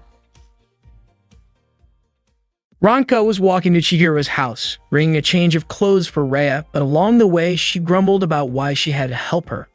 Ranko saw some kids playing tag, which made her start running and remember her childhood memories with Chihiro. She first met Chihiro when Ranko was a toddler after running too far and getting lost in a cemetery. She was terrified and began to cry. Ranko is a second-year high school student at Senka High. Her mother, Saoji Kaoru, owns a restaurant called Saoji Specialties, where her father works as the head chef. Being the daughter of restaurant owners, she's been helping out at the restaurant since she was little. Whenever her family needs her, Ranko is always ready to lend a hand. She's also very friendly with the customers. Today, Chihiro was helping out at Ranko's family restaurant, assisting in the kitchen. Ranko cheered him on, which startled Chihiro. He asked her not to talk to him so suddenly, especially while he was holding a knife as he could accidentally cut himself. Chihiro grumbled about why he had to help Ranko's restaurant on a Sunday. Ranko lightly patted him, reminding him that there was no need to be so cold, especially since they had been friends for a long time. Kaoru, overhearing the commotion, smiled and remarked that Chihiro and Ranko were like a newlywed couple. She added that if Chihiro were to marry Ranko, he wouldn't need to worry about taking over the restaurant. Kaoru also encouraged Chihiro not to waste the chance to get closer to Ranko. Ranko blushed at her mother's teasing, and in the midst of her embarrassment, she suddenly slipped. Fortunately, Chihiro quickly grabbed her hand to stop her from falling. He reminded her to be more careful. Ranko apologized, still holding onto Chihiro's hand, which led to more teasing from her mom. Flustered, Chihiro let go of her hand, and Ranko jokingly said that he didn't have to let go so quickly. Ranko first met Chihiro when she was in grade school. At the time, she got lost in a cemetery after running too far. In Ranko's mind, when characters in dramas first meet their future partners, they usually hate each other but slowly fall in love. However, her meeting with Chihiro was perfect. Little Ranko was crying loudly out of fear when Chihiro suddenly appeared to help her. He held her hand and guided her out of the cemetery. Ranko asked Chihiro if he wasn't scared, to which he confidently replied that he wasn't scared at all. Ranko thought her prince had come into her life. The next day, Ranko's uncle Doon introduced Chihiro to her. Doon explained that Chihiro was younger than Ranko, but hoped they could become good friends. Ranko quickly invited him to play. She would do anything to become friends with him. Chihiro invited Ranko to watch an exciting movie with him, but it turned out to be a scary zombie movie. Ranko screamed in fear at the terrifying scenes, so much so that she ran and hid under the table out of fright. She suggested they play outside instead, but Chihiro declined, saying he didn't like it outside. Frustrated, Ranko turned off the TV and forced Chihiro to go outside with her. Chihiro had no choice but to follow Ranko's lead and join her for a walk. While they were walking, Ranko asked Chihiro what he usually did for fun. He replied that he just watched zombie movies and read zombie books. Curious, Ranko asked what else he did besides zombie-related things, but Chihiro simply said, "Eat." It didn't sound very exciting. Chihiro just smiled in response. Eventually, they arrive at a beautiful hydrangea garden. Ranko loved hydrangeas and invited Chihiro to play house with her, but Chihiro was busy digging in the ground. He said there might be a corpse buried under the cherry tree and maybe he could find a zombie. Ranko begged him to stop because it was too scary. Suddenly, two kids approached and started talking about Chihiro. They teased him for playing with a girl, asking if he didn't want to play with them because he preferred hanging out with a girl instead. They continued to mock Chihiro. Ranko scolded the two boys, but Chihiro burst into tears and ran away. The two naughty kids laughed, saying they always made Chihiro cry because he was such a crybaby. Out of Ranko's expectations, it turned out that Chihiro, whom she once thought of as her prince, was just a zombie maniac, lazy, and had no friends. He was also a crybaby who couldn't do anything right. He wasn't afraid of cemeteries because he liked zombies and he lived in a temple. That's why Ranko didn't like him anymore by the time she had to go home. Ranko's mother, Kaoru, said her goodbyes and thanked Doowon, mentioning that she always enjoyed visiting. Doowon also invited them to visit again when there wasn't a festival. Kaoru asked about Chihiro's mother, Yuzume. Doowon explained that his wife had taken Mero to the hospital because she had a fever. Doowon then said goodbye to Ranko's father, who was also his older brother. Kaoru offered Ranko the chance to say goodbye to Chihiro, but she refused. Besides helping with the cooking at the restaurant, Chihiro was also forced by Ranko to help deliver orders to customers' homes. According to Ranko, Chihiro wasn't much help in the kitchen. After all, Chihiro had never used a kitchen knife before. Ranko followed Chihiro to deliver orders because she wasn't sure he could greet the customers politely, and if he didn't, it could ruin the restaurant's reputation. Chihiro said he wasn't antisocial and that he could be polite. They arrived at the temple to deliver an order to Doowon. Doowon told Chihiro to stop complaining and do his job properly. Doowon was very grateful to Ranko, even asking her to use Chihiro as much as she wanted. Chihiro didn't even have the right to refuse. There were still 2 food deliveries left. Ranko asked if Chihiro didn't want to help her family, but Chihiro didn't mean it that way. He was just worried about Rhea. Ranko started teasing him, but Chihiro said that there was nothing special between him and Rhea. There were so many things he didn't know, and Rhea's condition wasn't stable. Ranko teased him again, saying that Chihiro worried about Rhea because she was cute. Chihiro got annoyed and told Ranko that she didn't understand at all. Just then, Yasutaka and Mogi suddenly appeared in front of them. Yasutaka guessed that Chihiro and Ranko were on a date. Chihiro quickly said they weren't, but Ranko told him he didn't mean to say it like that. Chihiro firmly told Ranko that this wasn't a date. Ranko got irritated and asked if that meant Chihiro didn't want to date her. They started arguing and Yasutaka concluded that this might be a lover's quarrel. Chihiro insisted they weren't a couple. Yasutaka couldn't believe it. Rhea and Ranko, 2 of the most popular girls at Sanka High, were both connected to Chihiro. Yasutaka then questioned Chihiro, asking if he was only interested in zombies. Yasutaka felt like Chihiro was mocking him, while Chihiro was just having fun and relaxing but was surrounded by popular girls. Moji tried to calm Yasutaka down, who was throwing a tantrum. Chihiro was getting fed up with Yasutaka's behavior. Yasutaka then asked Ranko what she liked about Chihiro, considering he was a zombie maniac, antisocial, lazy, useless, and stubborn. Ranko agreed with Yasutaka's assessment, which surprised Chihiro, who didn't expect Ranko to agree. Not wanting to be outdone, Chihiro pointed out that Yasutaka was a pervert who liked pretty girls. Yasutaka proudly admitted to Chihiro's description of him. Little Ranko met Chihiro again exactly 2 years after their first meeting, when Ranko was 6 years old. Ranko's father moved to Chiba and opened a restaurant there. The house where Ranko and her family moved was near Chihiro's temple. Kaoru invited Chihiro to visit their home to play with Ranko. Even though Ranko's love for him had faded, she still thought of Chihiro as her cousin, so she felt she had to play with him. Chihiro, who was engrossed in reading a zombie book, was invited by Ranko to play video games, but he refused. Ranko then suggested they go outside for a walk, but once again, Chihiro turned her down. He hadn't changed at all. Kaoru came over and brought them some snacks, telling Chihiro that since he and Ranko were now neighbors, he should play with her. Kaoru understood that Chihiro was a shy boy. Ranko couldn't understand why her mother liked Chihiro so much and always tried to make them close. She never even asked if Ranko wanted to be friends with him or not. At that time, Ranko was sitting alone in the dining room when her mother asked where Chihiro was. Ranko replied that Chihiro was upstairs reading a book. Kaoru asked why Ranko wasn't playing with him, and Ranko said that Chihiro didn't want to play video games, go outside, or do anything with her. Kaoru suggested that Ranko go to the nearby video rental store, reminding her that she had mentioned wanting to watch an anime. Obeying her mother, Ranko walked with Chihiro to a nearby rental store. Chihiro was so distant, he walked past Ranko without even holding her hand. As soon as they got inside, Chihiro headed straight to the zombie DVD section. Ranko tried offering him some fun anime movies, but Chihiro said zombie films were more exciting. Ranko was startled when a tall man wearing a scary zombie mask walked past her. It turned out that the man was the store clerk. Chihiro showed one of the DVDs he wanted to rent, and the clerk complimented his taste but offered him a new American zombie movie instead. Chihiro was immediately interested in watching it. The clerk was impressed that a 5-year-old like Chihiro could handle watching a horror movie in English. The clerk mentioned that the movie was a bit extreme and asked Chihiro to keep it a secret from his parents. On their way home, Ranko asked what the clerk meant by an extreme movie, and Chihiro guessed it would have a lot of scenes with zombies covered in blood. He was curious about what those bloody scenes would look like. Ranko asked why Chihiro didn't consult her before picking a zombie movie. Chihiro reassured Ranko that the movie would be exciting. However, Ranko didn't like horror movies. Chihiro insisted that after watching it, she'd come to enjoy them. Ranko then asked, "Isn't this movie in English?"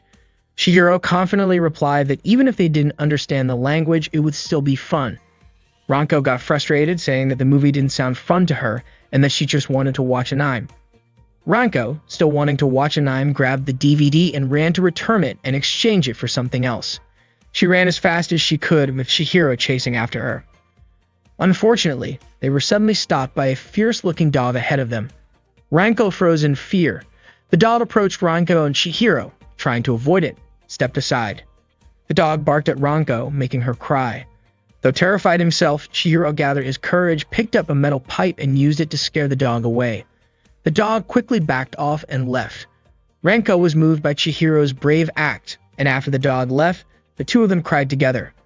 Afterward, they held hands and walked home together. Ranko was deeply thankful to Chihiro for saving her. Ranko first realized she had fallen in love with Chihiro at a funeral, and by the time she was 10, she was certain of her feelings. As they grew older, Ranko asked Chihiro what his idea of a first kiss was like. Chihiro, still clueless, didn't really understand what Ranko meant. Ranko explained that there are many romantic ways to have a first kiss, like on the beach at sunset or like lovers who are about to be separated. However, Chihiro, true to his nature, said he wanted to kiss a female zombie like in the movies he was watching. Ranko got annoyed and asked Chihiro if he really thought something like that could happen. She urged him to take it more seriously, saying that a kiss is something incredibly special. Yasutaka still couldn't accept the fact that Chihiro was involved with popular girls. He even cursed Chihiro, but at the same time he also begged Chihiro to introduce him to a girl. Chihiro couldn't understand Yasutaka's stubborn behavior. He then suggested that they should finish delivering the last 2 orders. Ranko, in her usual playful way, asked Chihiro if they could hold hands. Chihiro questioned why, but Ranko insisted, so Chihiro reluctantly agreed to hold her hand. Ranko then asked if Chihiro remembered the first time they held hands. Chihiro responded by recalling the funeral, when he saw Ranko crying, and he had held her hand to comfort her. Chihiro asked when exactly it happened, but Ranko, brushing it off, said she had forgotten since it was so long ago and let go of his hand. This left Chihiro even more confused by Ranko's behavior. After they finished their deliveries, Ranko told Chihiro he was done for the day and could go home as the restaurant's busy hours were over and she would take care of the rest. Chihiro thanked her and was about to leave when Ranko suddenly stopped him. She moved in close to him as if she was about to kiss him. However, Chihiro didn't react and simply closed his eyes. Ranko, frustrated, told Chihiro not to act like the world was ending just because someone wanted to kiss him. She repeated that a kiss was something precious and that he needed to take it seriously. Upset, Ranko ran all the way to the edge of a bridge, thinking about how Rhea had kissed Chihiro. She had a feeling she didn't want to be outdone by Rhea, and in a burst of emotion, she shouted to motivate herself. Since Rhea became a zombie, Chihiro decided to document everything about her and observe her closely. He constantly keeps an eye on her. Rhea asks Chihiro to stop recording while she's eating, but he insists that the observations would be meaningless if he didn't record everything. Chihiro's family, but Chihiro's father scolds Chihiro to put the camera down and join in eating. Obeying him, Chihiro sets his camera on a tripod. As they all eat, Reia's meal consists solely of hydrangea leaves. Chihiro's father then asks if she's a vegetarian. Suddenly, Jaguru shouts, asking who put a snail in his miso soup, his usual quirky question during family meals. As usual, Mero answers that it's a clam, not a snail. Even Babu, the family's cat, joins them, eating hydrangea leaves like Ra. Afterward, Babu jumps onto Mero's head, making Rei smile at the cat's cute antics. That night, Chihiro jots down notes about his observations on Rhea, learning a few things in the process. First, zombies don't need sleep. Rhea stays awake even when Chihiro is fast asleep, looking somewhat bored as she waits for him to wake up. Second, zombies can bathe but don't sweat. Finally, zombies don't need to use the restroom, though they do need hydrangea leaves to maintain the effects of the revival potion. Babu hops onto Chihiro's bed and suddenly coughs up the hydrangea leaves he ate, almost like a furball. Chihiro watches Rhea closely, wondering if she'll do the same, and he's eager to record it if she does. He points the camera at Rhea, asking if she feels like throwing up. Rhea asks him what exactly he's expecting to happen. Chihiro just smiles, keeping the camera trained on her, and Rhea, a bit annoyed, tells him he can keep recording her for his observations, but that she wants something in return. She wants to do something normal, something that a regular girl would do. The next day, Rhea invites Chihiro to go clothes shopping with her, showing him different outfits and asking for his opinion. However, Chihiro only gives vague answers like, "It's nice," without really paying attention. Frustrated, Rhea asks him to actually focus on the clothes because she wants to pick the best-looking one in the store. Although they've been there a while, she still hasn't chosen anything. She's determined to find the perfect outfit since Chihiro's buying, but she's also feeling uncertain about what to pick. Chihiro has been recording her for over an hour now, and Rhea decides she also wants to buy a hat. Chihiro agrees as long as the total stays under 10,000 yen. They're lucky it's cloudy today, as they typically avoid going out during the day. Sunlight might accelerate Rhea's body decomposition. Chihiro realizes how much Rhea wanted this shopping trip, and he decides there's no need to record every moment of it because he's not making this film as a farewell or anything like that. Observing Rhea chatting with the store clerk, who compliments her and says the outfit suits her complexion, Chihiro starts to understand that Rhea hasn't had the freedom to enjoy things like this before. Ranko went to the hot springs in the afternoon to clear her mind. She still remembered what happened yesterday and Chihiro's words about how he felt responsible for Rhea. It was the first time Ranko had seen Chihiro that serious. She understood that Rhea was struggling after becoming a zombie, but she felt Chihiro should have told her if he was living with Rhea. Ranko stepped on the scale and saw that she had gained some weight, feeling frustrated that all Chihiro seemed to think about was Ra. She wished she would at least talk about her once in a while. Just then, Mero entered the sauna's changing room, surprising Ranko. Ranko greeted her, and Mero replied that she had come with two of her friends. Mero asked if Ranko was also here to take a sauna bath during the day. Ranko said that after helping out at the restaurant, she decided to treat herself to a daytime sauna. Ranko then asked if Mero and her friends had planned to come or if they were just stopping by on their way home. Mero explained that she and her friends wanted to relax in the sauna before having tea. Curious, Ranko asked if Chihiro was at home. Mero told her that her brother had gone to the neighboring town that morning to shop, bringing Rhea along to buy her some new clothes. Feeling a bit down after hearing that Chihiro and Rhea were off having fun together, Ranko quickly cheered herself up, determined not to be left out of the fun. She enthusiastically invited Mero and her friends to join her in the sauna, insisting they wouldn't leave until they'd watched the sunset together. Meanwhile, Rhea was still with Chihiro in the neighboring town, wearing the new outfit and hat he had just bought her. Chihiro quietly commented that the clothes really suited her. Rhea asked if he had said something, but he denied it. Not believing him, she tried to coax Chihiro into admitting what he said, but he wouldn't budge. Noticing Chihiro was holding a shopping bag, Rhea asked if he had bought anything for himself, but he told her he hadn't bought a thing. Rhea then asked Chihiro where they would go next, but he asked her if their day out wasn't over yet. Rhea eagerly expressed her desire to visit more places in this town. Unbeknownst to them, Danichiru's men had been following them. One of them quickly called Danichiru, informing him that he spotted Rhea and Chihiro at the Shanai City shopping center. Danichiru instructed him to keep following them at a distance and to wait for the right moment to capture Rhea when she was alone. Rhea invites Chihiro to enter a haunted house. She isn't fazed by the zombie props inside at all. In fact, she comments on how the zombie dolls don't look very realistic. She finds the stitching on the wounds a bit rough, suggesting that if they had been sewn more carefully, it'd look a lot more authentic. On the other hand, Chihiro is terrified if they step inside. Seeing him so scared makes Rei burst out laughing, completely surprised that Chihiro, of all people, would be afraid of a haunted house. Shigeru admits that even though he loves horror movies and zombies, a haunted house is a completely different experience for him. Rei can't stop laughing, which makes Chihiro feel like she's teasing him. But Rei is just glad that he came with her, despite his fear, to keep her company. She thanks him, and Chihiro asks her to make this their last haunted house visit. Rei agrees with a smile. Shigeru hands over a special coat he picked out just for Rei, a long coat she can wear in hot weather, with pockets for ice packs to help keep her cool. He thinks it will help her stay safe whenever she goes outside, and he suggests she could even wear it to school, which might let her live more like a regular girl. Rei covers her face as if she's crying, which catches Chihiro off guard.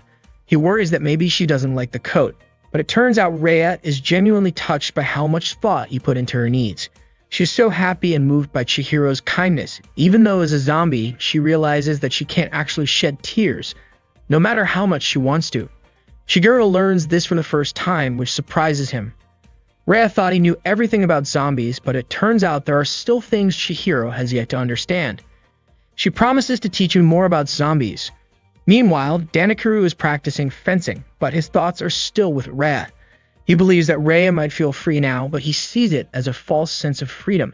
His upbringing may have made her sad, but he thinks she's wrong to assume that freedom means running away. Danakuru hopes that one day Rei will return to him and he'll show her what real freedom is. Rei's stomach growls again, reminding her it's time to consume another dose of the hydrangea potion. Shigeru heads off to get food for himself, telling Rei she can start eating. 3 of Danachuru's henchmen have been tailing Rei. One is seated at a table nearby, keeping an eye on her, while the other 2 are on a nearby kid's ride, waiting for the right moment to strike. Rei opens her food container, feeling a pang of loneliness as she realizes she no longer eats the same meals as Chihiro. But what can she do? As a zombie, her stomach is no longer functional. One of the henchmen at the nearby table subtly signals the other 2 by placing his glass on the table. Receiving the signal, the 2 on the kid's ride get up, approaching Rei from behind, while the other closes in from the front. They're just about to make their move when suddenly, Yasutaka appears and greets Rei. He hadn't expected to run into her here. Danachuru's men help their plan in surprise, wondering who this person is. None of them recognize him, so they decide to pull back and reassess the situation, waiting for another opportunity. Rei didn't recognize Yasutaka at first, but he quickly reminded her that they'd shared some great moments together. He introduced himself and mentioned he was Chihiro's friend. Then Rei remembered Yasutaka as the guide who had spoken with her in the schoolyard. Yasutaka invited Rei to go out with him and asked if she wanted to go shopping, but Rei declined, explaining that she had already done her shopping. Yasutaka then asked if she was resting here, suggesting they find a better place to relax. Suddenly, he grabbed Rei's arm and pulled her, making her chair fall over. Shocked by how cold her hand was, he insisted they find a warm spot to enjoy the nice scenery. Meanwhile, Danachuru's men continued watching Rei, waiting for the right moment to kidnap her. They began tailing Rei and Yasutaka as they walked. Rei was surprised that Yasutaka wanted to go outside, even suggesting they sit in the sunlight. Rei quickly explained she couldn't stay outside for long, but Yasutaka kept pushing, saying it wasn't healthy to stay in air-conditioned places for too long. He continued trying to convince Rei to join him outside. Danachuru's men, seeing Rei and Yasutaka positioned near the exit, prepared to act. With their plan in place, one of them counted down to 3 and they sprang into action. One guy hit Yasutaka, while the other 2 grabbed Rei, covering her mouth and carrying her off. When Chihiro returned to their table, he was shocked to find Rei missing. Yasutaka had fallen to the ground after being struck, but Rei's new strength allowed her to break free from the kidnappers. She kicked one of them, stunning him with her surprising strength. Chihiro, hearing Rei's scream, rushed to the exit and found her, now fending off the kidnappers by hitting one with a large park bench. When he called out to her, Rei came over and thanked him for saving her, but Chihiro admitted he hadn't really done anything and warned her to be careful, noting that her arm might break if she lifted anything too heavy. Terrified, Rei clung to Chihiro, telling him that the men had tried to kidnap her, though she didn't know who they were. Looking around, Chihiro was startled to see Yasutaka lying on the ground. As the kidnappers regrouped, they briefly discussed changing their plan. Shigeru approached them and demanded to know who they were and why they had targeted Rhea, but they didn't respond. Growing frustrated, Shigeru threatened to call the police and ask if Rhea's father had sent them. Just then, one of the men grabbed Shigeru from behind, while another lifted his legs. They quickly carried him away, their teamwork ensuring they successfully captured Shigeru. Rhea tried to chase after them, but Yasutaka, still dazed, accidentally held her back by her leg. Unfortunately, she couldn't keep up as their car sped off. The kidnappers had tied Shigeru up inside the vehicle. One of them called Danakuru to apologize, explaining that their initial plan to capture Rhea hadn't worked due to her unexpected strength, so they had to go with Plan B and take Shigeru instead. He asked if they should dispose of Shigeru and attempt to capture Rhea again, but Danachuru instructed them to bring Shigeru directly to him. Hearing this, Shigeru saw it as a strange kind of blessing. He thought of it as his chance to finally settle everything, and he was eager to confront Danakuru face to face.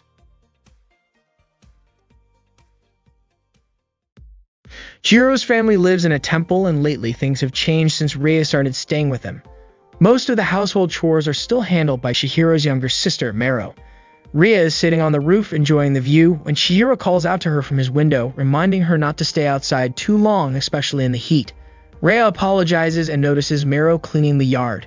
She tries to greet Mero, but Mero doesn't respond, leaving Rhea confused about why she's being ignored.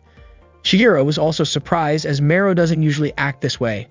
He tells Rhea to come back inside, and she crawls back into the house. Later, Shigeru's father informs Mero that he'll be back late today because he has to visit 3 different homes. He also mentions he'll have dinner out and that Shigeru and Rhea are going out, so Mero doesn't need to prepare dinner for him. Shigeru's father feels a sense of pride when Shigeru says he'll take care of Rhea. Initially, Shigeru's father wasn't sure if Shigeru could handle such a responsibility, but he sees that Shigeru has been making an effort to live up to his word. Normally, Shigeru lacks discipline and heavily relies on Mero, but Shigeru's father now sees him as a dependable young man. Shigeru's father notices that Mero is sweeping the same spot repeatedly and gently points out that it's not very useful. He then bids Mero farewell and leaves. That evening, Mero observes her older brother working late into the night, mixing potions and recording his observations of Rhea in a notebook. She recalls her father's words from earlier in the day. This is the first time she's seen her brother this serious and genuinely putting effort into something for someone else. Mero attends Shiocha Middle School and has 2 close friends. One of them is Shinoda Ichie, who's obsessed with zombie mysteries and on a mission to uncover zombie secrets. She eagerly shares her belief that zombies are spreading worldwide and wants to investigate it. The other friend, Yasaka Miko, is more skeptical. She thinks that if zombies truly existed, it would have already been reported on the news and in other media. Ichie believes the truth is being hidden by the government as suggested by online conspiracy theories. Miko says she'd have to see a zombie for herself to believe it, and Ichie replies that there's probably one nearby. In response, Miko jokingly asks if it could be Mero. Ichie tells her that's too close to home and changes the subject to something she finds even more intriguing, their art teacher, Yamanouchi. Ichie shares a strange story about leaving something behind in the art room one afternoon. When she went back to retrieve it, she was shocked to find Yamanouchi still there, feeding some kind of creature inside a large bag. Holding a hunk of bloody meat, he not only fed the creature but even ate some of the blood-covered meat himself, which seemed extremely suspicious. Mero adds that Yamanouchi always brings his car to school along with a large bag that sometimes moves, as if something alive is inside. It might not be a zombie, but it's definitely creepy. Miko mentions that Yamanouchi has looked unusually pale lately, and she's curious as to why. Ichie immediately concludes that Yamanouchi is some kind of otherworldly creature, definitely a zombie. Curious about what might be inside Yamanouchi's bag, Miko wonders if it could be a baby zombie or something similar. They've all seen strange things, and Ichie declares it's their job to gather evidence and prove Yamanouchi is a zombie. Full of excitement, Ichie dubs their group the Zombie Scoop Hunter. This evening, they hid behind the art room table to wait for Yamanouchi. As the evening arrived, Yamanouchi entered the art room and spoke to her large bag, apologizing for keeping it waiting. From behind a statue, Mero and her 2 friends watch everything unfold. Yamanouchi told the creature inside the big bag that it could eat as much as it wanted tonight. As she started unzipping the bag, Miko got a little scared, but Ichie reminded her that they were finally going to see a real zombie with their own eyes. Yamanouchi then pulled out a chunk of raw meat, ready to drop it into the bag, and a strange noise came from inside, causing Mero and her friends to scream and knock over the statue on the table where they were hiding. Yamanouchi ended up driving the three students home. Meanwhile, the creature inside the big bag turned out to be a young crocodile. Miko asked if the crocodile was Yamanouchi's pet, to which Yamanouchi confirmed, saying that it was very cute. Ichi then asked why Yamanouchi brought her pet crocodile to school. Yamanouchi explained that she was really worried about her pet, especially after hearing news about crocodiles escaping. But truthfully, she just didn't want to be separated from it, even for a short while. That's why she always kept it in her big bag and hid it in the art room. Yamanouchi also mentioned that nothing calms her more than feeding it after class ends. The crocodile really loved meat, and when it turned to look at the backseat, they were all startled. Ichi then asked why Yamanouchi had looked so pale recently, wondering if something was wrong. Yamanouchi, blushing with embarrassment, explained that she had once eaten some of the raw liver with her crocodile. It had looked delicious, so she tried it, and then ended up with a terrible stomach ache. She thought the liver would be like the liver in sashimi and safe to eat raw, but it wasn't. That explained why her stomach had been hurting so much lately. Miko asked Ichi if there was any news about zombies that day, but Ichi replied there wasn't. Miko then shared an interesting story of her own, mentioning that she had an incredibly good sense of smell. During a recent school trip, she picked up a strange odor, saying it smelled like someone was boiling a corpse. Ichi questioned if Miko had ever smelled a boiling corpse before. Of course, she hadn't. She was only imagining it. She followed the scent, which grew stronger as she walked, and it led her right into a wall. She then peeked into a house and saw a pile of bones in the trash. Ichi became more intrigued by Miko's story. Miko continued her investigation, but eventually, the homeowner caught her snooping around. She asked the homeowner about her suspicions, and he burst out laughing. The shop owner explained that the smell was from a soup he was cooking mixed with the scent from the trash, which made Miko think it was a zombie. His husband told him to be more careful with the smell. Apparently, the husband had recently quit his job and wanted to open a ramen shop, so they've been working day and night on a special recipe. They ended up serving Miko a bowl of ramen and insisted she try it. Initially hesitant, Miko took a bite, and as soon as she tasted it, she couldn't stop eating. Mero concluded that what Miko had eaten was tonkatsu ramen. It made sense since it was Miko's first time eating it, and she finished every last bite. Ichi, however, was disappointed by Miko's story. She hoped for a spooky zombie story, not a tale about delicious ramen. Miko even remarked that the ramen tasted better than any zombie could. That evening, they went to the park, where Ichi remarked that finding a zombie was actually pretty difficult. She was confident, though, that one day she would find one. Mero casually mentioned that a few days ago, a zombie had been staying at her house. Ichi was instantly intrigued and begged Mero to show it to her. Mero didn't mind, but explained that the zombie was currently out on a walk. Ichi's curiosity only grew, and she excitedly asked Mero to show her a photo of the zombie as proof, with the idea of selling the story to Moo Monthly magazine. However, Mero disagreed, saying that it would be an invasion of privacy. Ichi laughed, saying that zombies don't have privacy. Mero clarified that she meant her family's privacy. The Furuya family had a reputation to uphold after all. Ichi wondered if it was safe for a zombie to go on a walk, but Mero simply replied that exercise is also important for zombies. Surprised, Ichi asked if zombies don't usually attack and eat people. Mero assured her that the zombie at her house only eats hydrangea leaves and is basically a vegetarian. Ichi found this zombie quite different from the usual kind, to which Mero added that the zombie at her house actually wants to be a normal girl, not a typical zombie. Skeptical, Ichi asked if Mero was sure that it was a real zombie.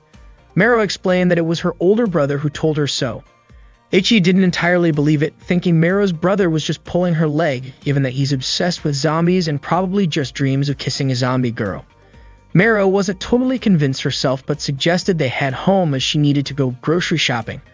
They left the park, though Ichi was still frustrated, thinking it had been her big chance to make her and her friends famous. Without thinking, Ichi blurted out that Mero's mom should have raised her brother better. Miko quickly reminded her that Mero's mom had already passed away. Realizing her mistake, Ichi apologized, but Mero reassured her friends not to worry. After all, her mother had been gone for so long that she didn't even have any memories of her. Mero suddenly noticed a snail crawling on a hydrangea leaf and stopped to observe it. Out of nowhere, she was reminded of her mother, specifically of the times her mother had tried to check her temperature, with a cool hand wrapped in bandages. Afterward, Meru went grocery shopping at the store. Upon arriving home, she heard Ranko and her older brother, Chihiro, talking near the front gate. Shigeru was telling Ranko to leave even though she had only come by to borrow a DVD and watch it together. But Chihiro refused. Ranko was upset, feeling that Chihiro had been pretty cold toward her lately. Shigeru, in turn, found Ranko's behavior odd and didn't know how to deal with her. In frustration, Ranko teased Chihiro, saying his brain was starting to rot just like a zombie's. Meru went to visit her mother's grave. As usual, her older brother had placed a strange-looking cake on the grave. Meru added some fruit and other snacks to make it look nicer, then offered a prayer for her mother. While she was there, Rhea showed up and greeted her. Meru asked if Rhea had any business at the cemetery. Rhea explained that she didn't really have any reason to be there, but she'd come since Chihiro had a guest at home. She also shared that sometimes she feels bad, wondering if she's burdening Chihiro and everyone around him. Meru quickly reassured her, saying that she wasn't bothered at all.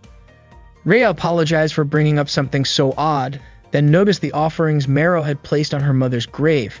She admitted she hadn't realized before that Meru's mother had passed, and now it made sense why she'd never seen Chihiro's mom around. Rhea admired Meru, knowing she handled all the household chores herself. Meru mentioned that it had been her responsibility since she was young. Rhea, who had been pampered by her own family, expressed her admiration for Meru, who seemed to manage everything so well on her own. Meru commented that it would be easier if the men at home were more reliable. In response, Rhea offered to help Meru with the housework.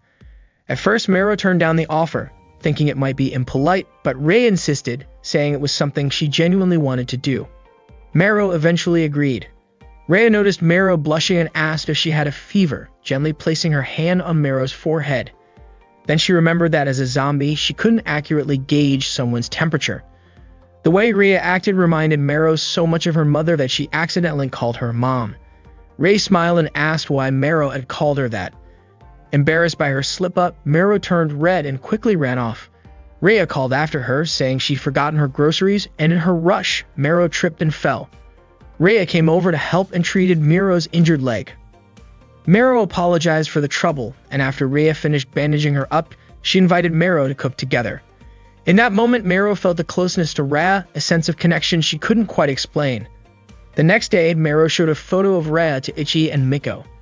Ichi seemed skeptical, joking that maybe Rhea was fooling her, while Miko simply complimented Rhea's beauty in the photo. Meru admitted that the shadow of her mother coming from Rhea.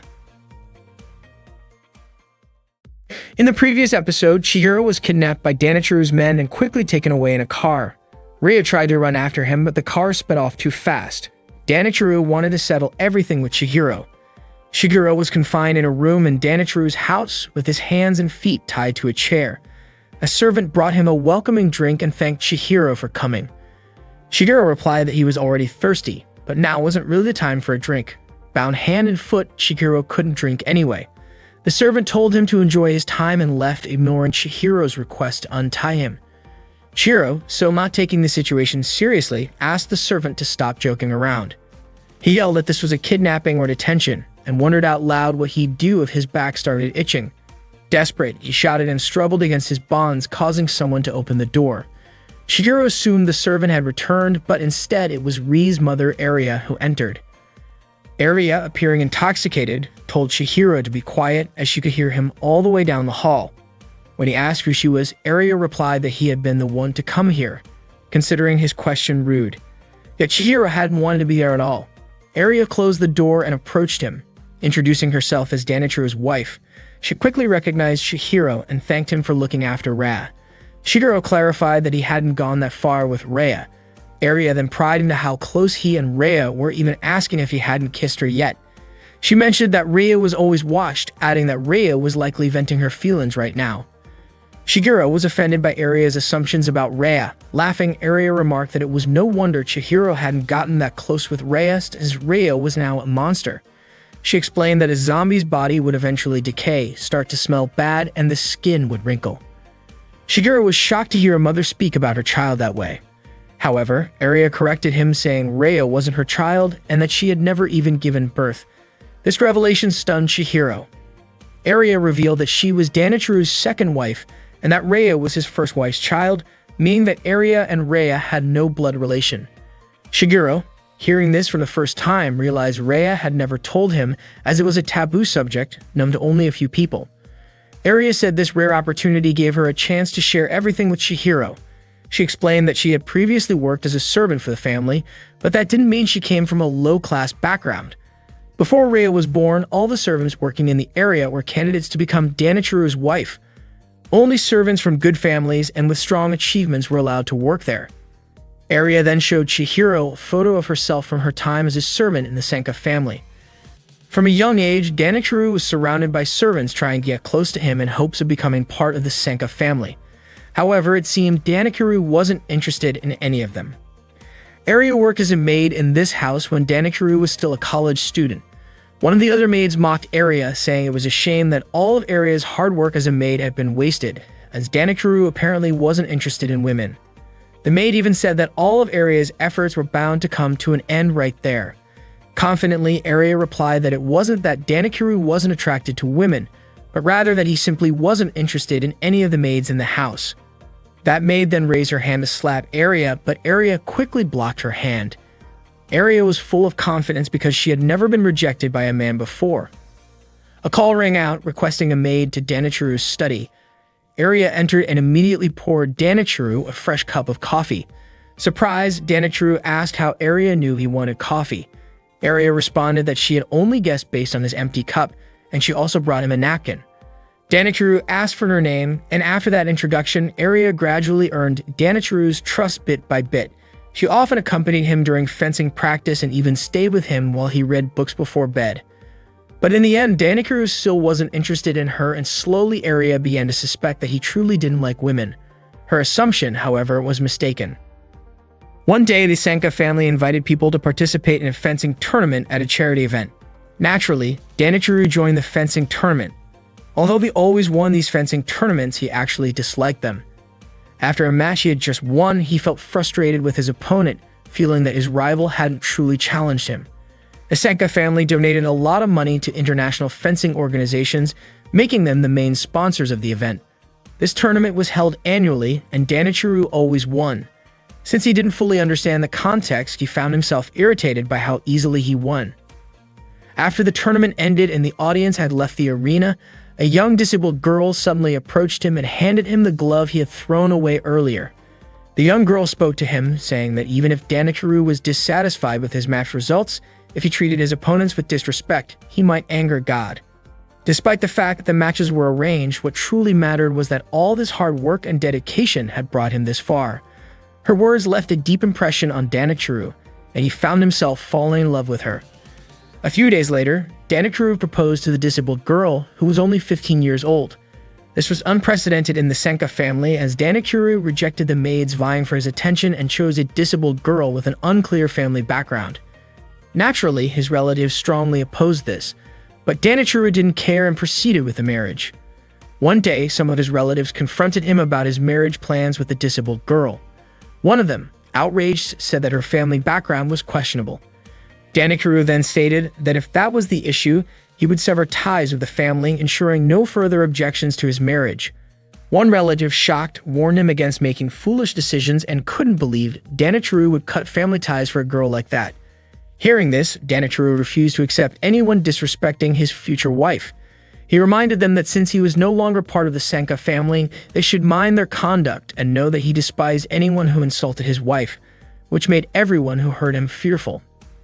After silencing those opposing him, Danichiru married the disabled girl. Unfortunately, shortly after giving birth to Re, she passed away. Danichiru felt deeply depressed at that time, struggling to accept the reality, almost as if he thought he'd be better off dead. His health deteriorated, and Aria continued caring for him until he gradually recovered. Eventually, Aria and Danichiru decided to marry. However, even though they had been husband and wife for several years, Danichiru never truly regarded Aria as his wife. Curious, Shigeru innocently asked what it meant to not be considered a wife, and Aria explained that she and Danichiru had never been intimate. Danichiru only wanted a mother figure for his beloved daughter. Yet he didn't even treat her as Rhea's mother. Danichiru was always preoccupied with playing with Rhea, while constantly ignoring Aria. She did nothing but observe Danikuru and Rhea from a distance, feeling as though she wasn't truly part of the family. One day, Arya approached Danikuru in his library and invited him to go somewhere with her for a vacation, since they had never gone on a honeymoon. However, Danikuru responded that it might be a good time for Rhea to learn more about the outside world. Arya felt disappointed. She had hoped it would be a getaway just for the two of them. Despite her feelings, Arya believed that Danikuru had chosen her as his second wife because he loved her. But on the vacation, Danikuru only focused on Rhea, once again ignoring Arya.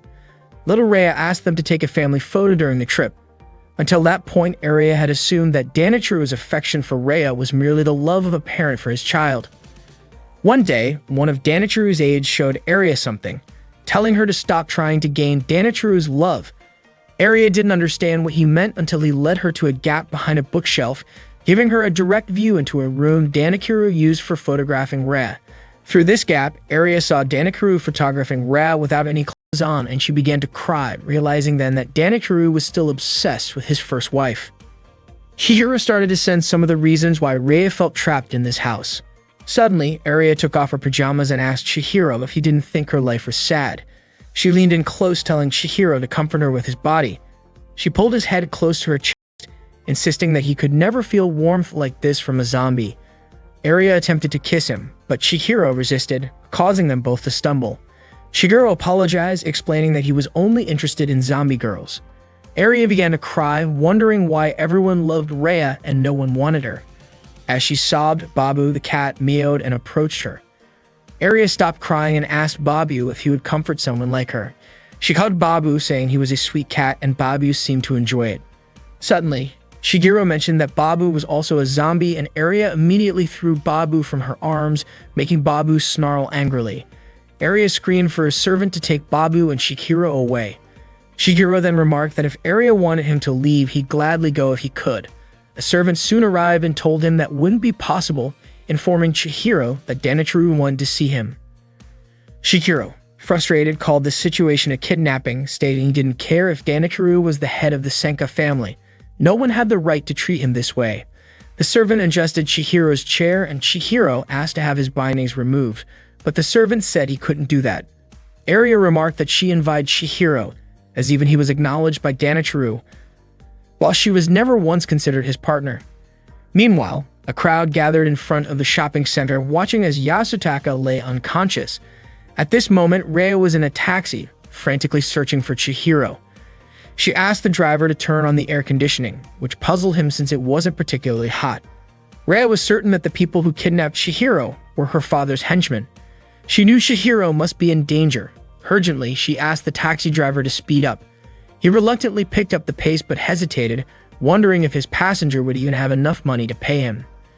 The attendant escorted Chihiro into a dark room. Chihiro, feeling uneasy, asked if Danikuru was supposed to meet him here. The attendant told him to be patient and then left him alone. Suddenly, lights in the room began turning on one by one, illuminating countless photos of Rhea on the walls. The pictures documented her life from her childhood to adulthood. Once all the lights were on, Danikuru appeared in front of Chihiro and explained that he had taken every photo of Rhea. No matter when captured her image, Rhea always appeared beautiful to him. To Danikuru, Rhea embodied purity and fragility. Danikuru explained that he had always safeguarded Rhea's innocence, and he even thanked Chihiro, saying that being apart from Rhea had allowed him to love her even more. He was now more determined than ever to protect her. Although Danikuru repeatedly expressed his gratitude, he made it clear he could never forgive Chihiro.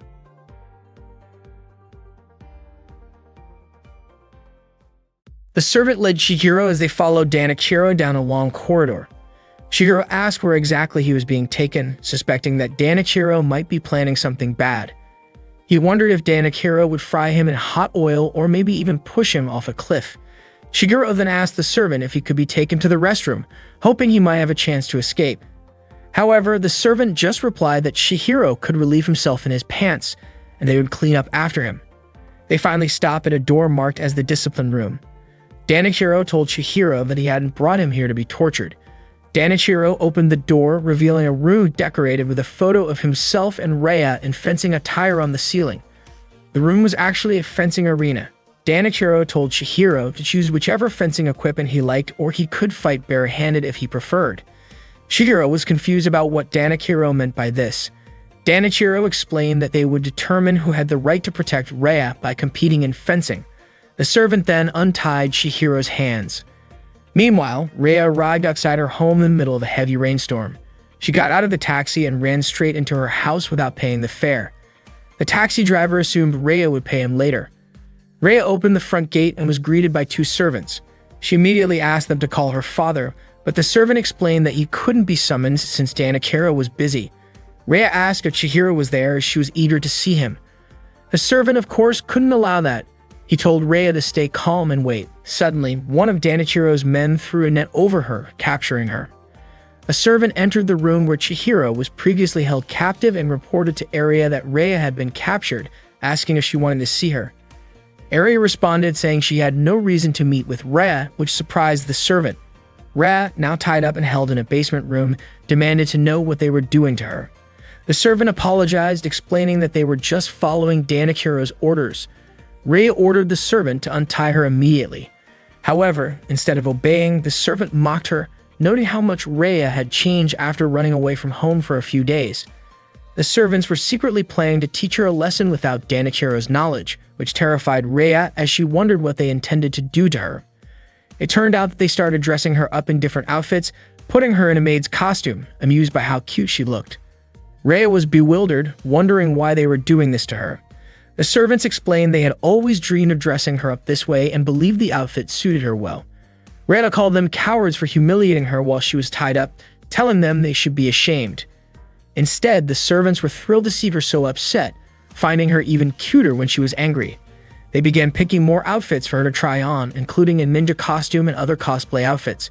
Rhea was frustrated knowing she didn't have time for this, especially as she got a bad feeling about Chihiro's safety. Meanwhile, Chihiro had already put on the fencing gear. Danachiro told him that if he could manage to land even one hit, he would consider Chihiro the winner. But Chihiro felt it was unfair since he knew nothing about fencing. Danachiro said Chihiro could use any martial art he was skilled in. Chihiro replied that he wasn't great at anything like that, which only irritated Danachiro, who realized Chihiro was weak and had no self-defense skills whatsoever. Danachiro was baffled as to why Rhea would choose to be with someone who lacked both fighting skills and talent like Chihiro.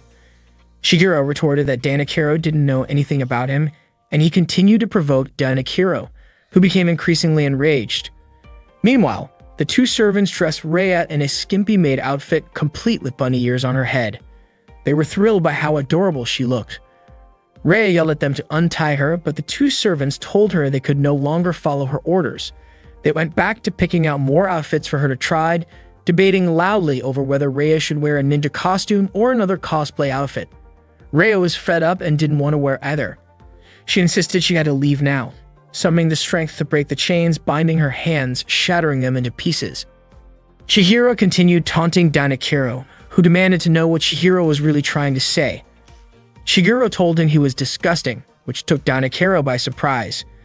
Chihiro pointed out that Danachiro had insisted they settle things with a one-on-one fight, deciding for himself who had the right to be with Rhea without considering her feelings at all. Chihiro said that Danachiro was arrogant for kidnapping him and dragging him here, only to lecture him. On top of that, Danachiro had the twisted habit of taking nude photos of his daughter on her birthdays. Danachiro was shocked that Chihiro knew about that. Chihiro called it unnatural, saying it went beyond a father's love for his daughter. He added that anyone would want to run away from a family like that. Meanwhile, Rhea managed to escape from the two servants and was frantically searching for Chihiro. Chihiro told Danachiro to stop this nonsense before deciding who would protect Rhea and suggested that Danachiro consider what Rhea herself wanted. After all, there was no point in making this decision when Rhea wasn't even there. From the beginning, Danachiro had it all wrong. Even though he claimed to want to protect Rhea, he actually just couldn't let her go. Chihiro added that he heard from Aria about how much Rhea had suffered. Chihiro told Danachiro he was treating Rhea like a stand-in for his long-deceased wife. Rhea arrived at the fencing room, but it was too late. Danachiro had already stabbed Chihiro. Danachiro was furious at Chihiro for underestimating him and twisted the blade deeper into Chihiro's body. He even threatened that with the power of the Sanka family, he could easily erase Chihiro's existence. Rhea was horrified by the scene. The servants gasped at the sight of Danachiro stabbing Chihiro. Danachiro asked if Chihiro hadn't expected him to actually go through with it. Shigeru lifted his head and slammed it against Danachiro's forehead, making Danachiro cry out in pain, which shocked Rhea. Shigeru said that was his way of paying him back. Rhea rushed to Chihiro and, noticing his clothes, asked why he was there dressed like that. Chihiro, captivated by Rhea's appearance, couldn't help but think she looked like a sexy zombie nurse. Rhea explained that the servants had forced her to wear the outfit. Shigeru was delighted, admiring how Rhea looked, but she yelled at him, pointing out that he was bleeding. Danachiro screamed, demanding to know why Chihiro wasn't dead. Chihiro himself wasn't sure, guessing that maybe his adrenaline was so high that he'd temporarily forgotten the pain, or perhaps it was because Rhea had licked his wound that one time. It seemed Chihiro had been infected by Rhea's toxin. Although he didn't feel any pain, his heart was still beating, meaning the toxin wasn't in a lethal dose. In a sense, he was now half zombie. Danachiro grew furious and threatened to behead Chihiro. Rhea quickly intercepted her father's attack to protect Chihiro, begging her father to stop all of this since the fight should have ended when he stabbed Chihiro. If Danachiro wanted to continue, Rhea said she'd take him on herself. Danachiro insisted that he only wanted to save Rhea to cure her from this unknown illness. He even suggested they move to America, where he'd already prepared all the necessary documents. Everyone was shocked by this revelation. Danachiro went on, saying that if he could gather the best doctors and scientists from around the world, he'd surely find a way to cure Rhea. He then questioned if Rhea actually thought that Chihiro could save her, pointing out that Chihiro was just a monk's son, with neither money nor a particularly sharp mind. Rhea replied that she didn't want to be cured. Danachiro argued that if things continued this way, her body would deteriorate. Rhea responded that she didn't mind if she stayed like this as long as she could live here, even if just for a little while with Chihiro. Shigeru was deeply moved by Rhea's words. Danachiro realized that all Rhea had ever wanted was a bit of freedom, and that she was a person he'd always seen as sacred and untouchable. Shigeru approached Danachiro, yelling that he still didn't understand. Rhea didn't want to be treated as someone special. Shigeru then asked Danachiro how many of Rhea's true desires he fulfilled, rather than imposing his own wishes on her. Danachiro recalled a memory from Rhea's childhood, when she excitedly showed him a tiny snail she found in the garden. He had immediately thrown the snail away, telling her not to touch anything so filthy again. Later, in high school, Rhea had wanted to go shopping with her friends, but Danachiro had forbidden her, telling her he'd buy her whatever she wanted. He even ordered his staff to make sure no commoners got close to her, because only one person was worthy of her. Shigeru shouted that all Rhea wanted was to live like a normal girl. Danachiro began to cry, asking if Rhea was willing to die just to experience that, regretting all of his mistakes. Shigeru agreed with Danachiro on one thing: there might be things he couldn't accomplish alone. So Shigeru wanted to help Danachiro, because he wanted Rhea to stay here forever. Danachiro then asked if he was sure about his decision. Rhea nodded in agreement. Danachiro entrusted Rhea's care to Chihiro. Overcome with emotion, Chihiro nodded and Rhea smiled at him. Danachiro reminded them that this arrangement was temporary. He asked Chihiro to take care of Rhea while he went overseas to find a cure. Danachiro added that he wouldn't let Chihiro have Rhea forever, and he whispered to Chihiro that he wouldn't forgive him if he took Rhea's purity. Chihiro quickly assured him that he'd never do that. Rhea, curious, asked what her father had told him, and Chihiro brushed it off as nothing. Danachiro left the fencing room.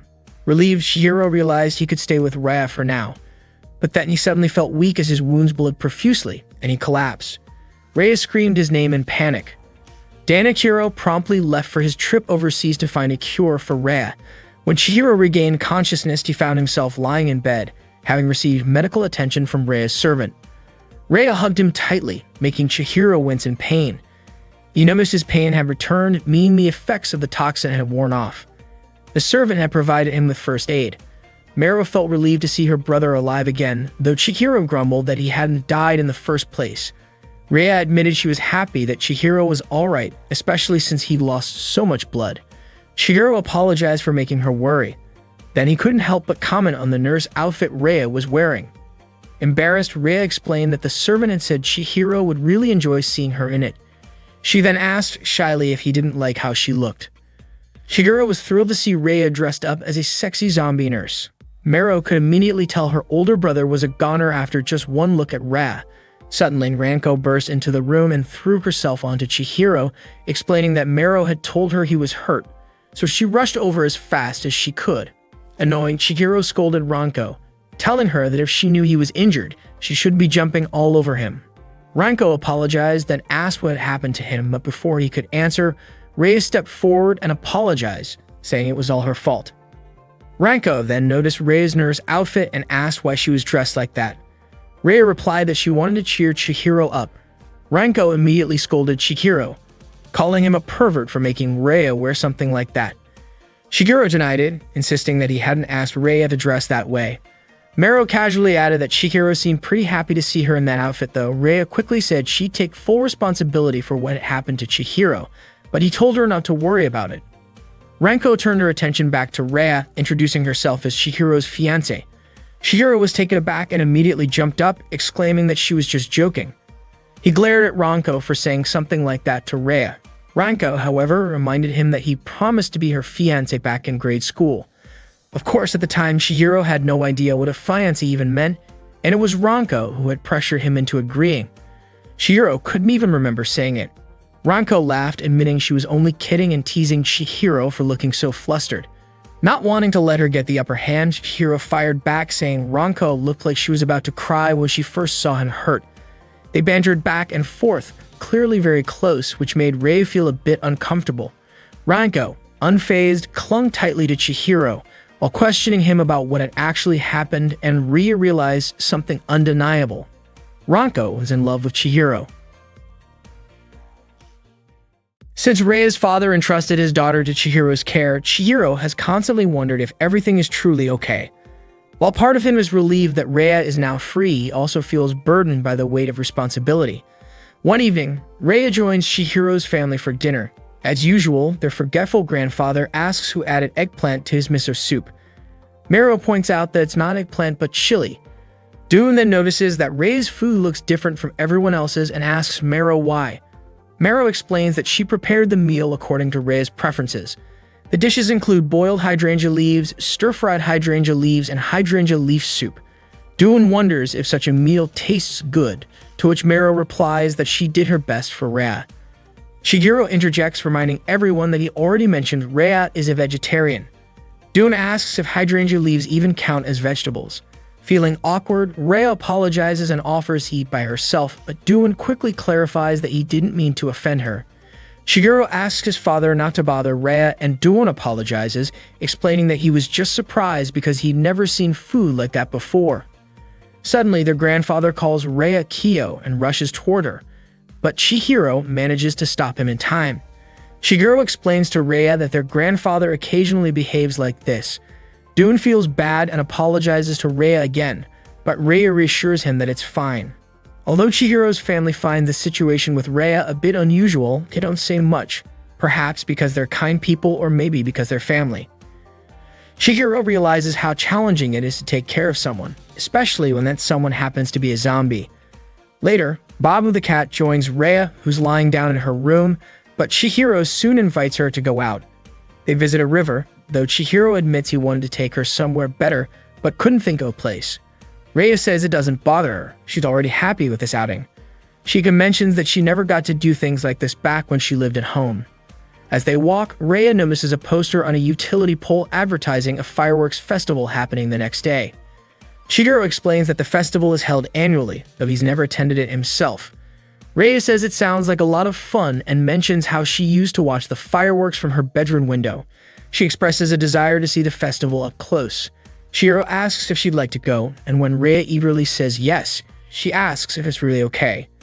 Chihiro assures her, saying the festival is at night so he can take her. Rhea beams with excitement and even promises to do her best to keep her body from decaying until then. Chihiro laughs, telling her body won't decay that quickly. He finds it amusing that Rhea is so thrilled by something as simple as a fireworks imitation and teasingly calls her a child.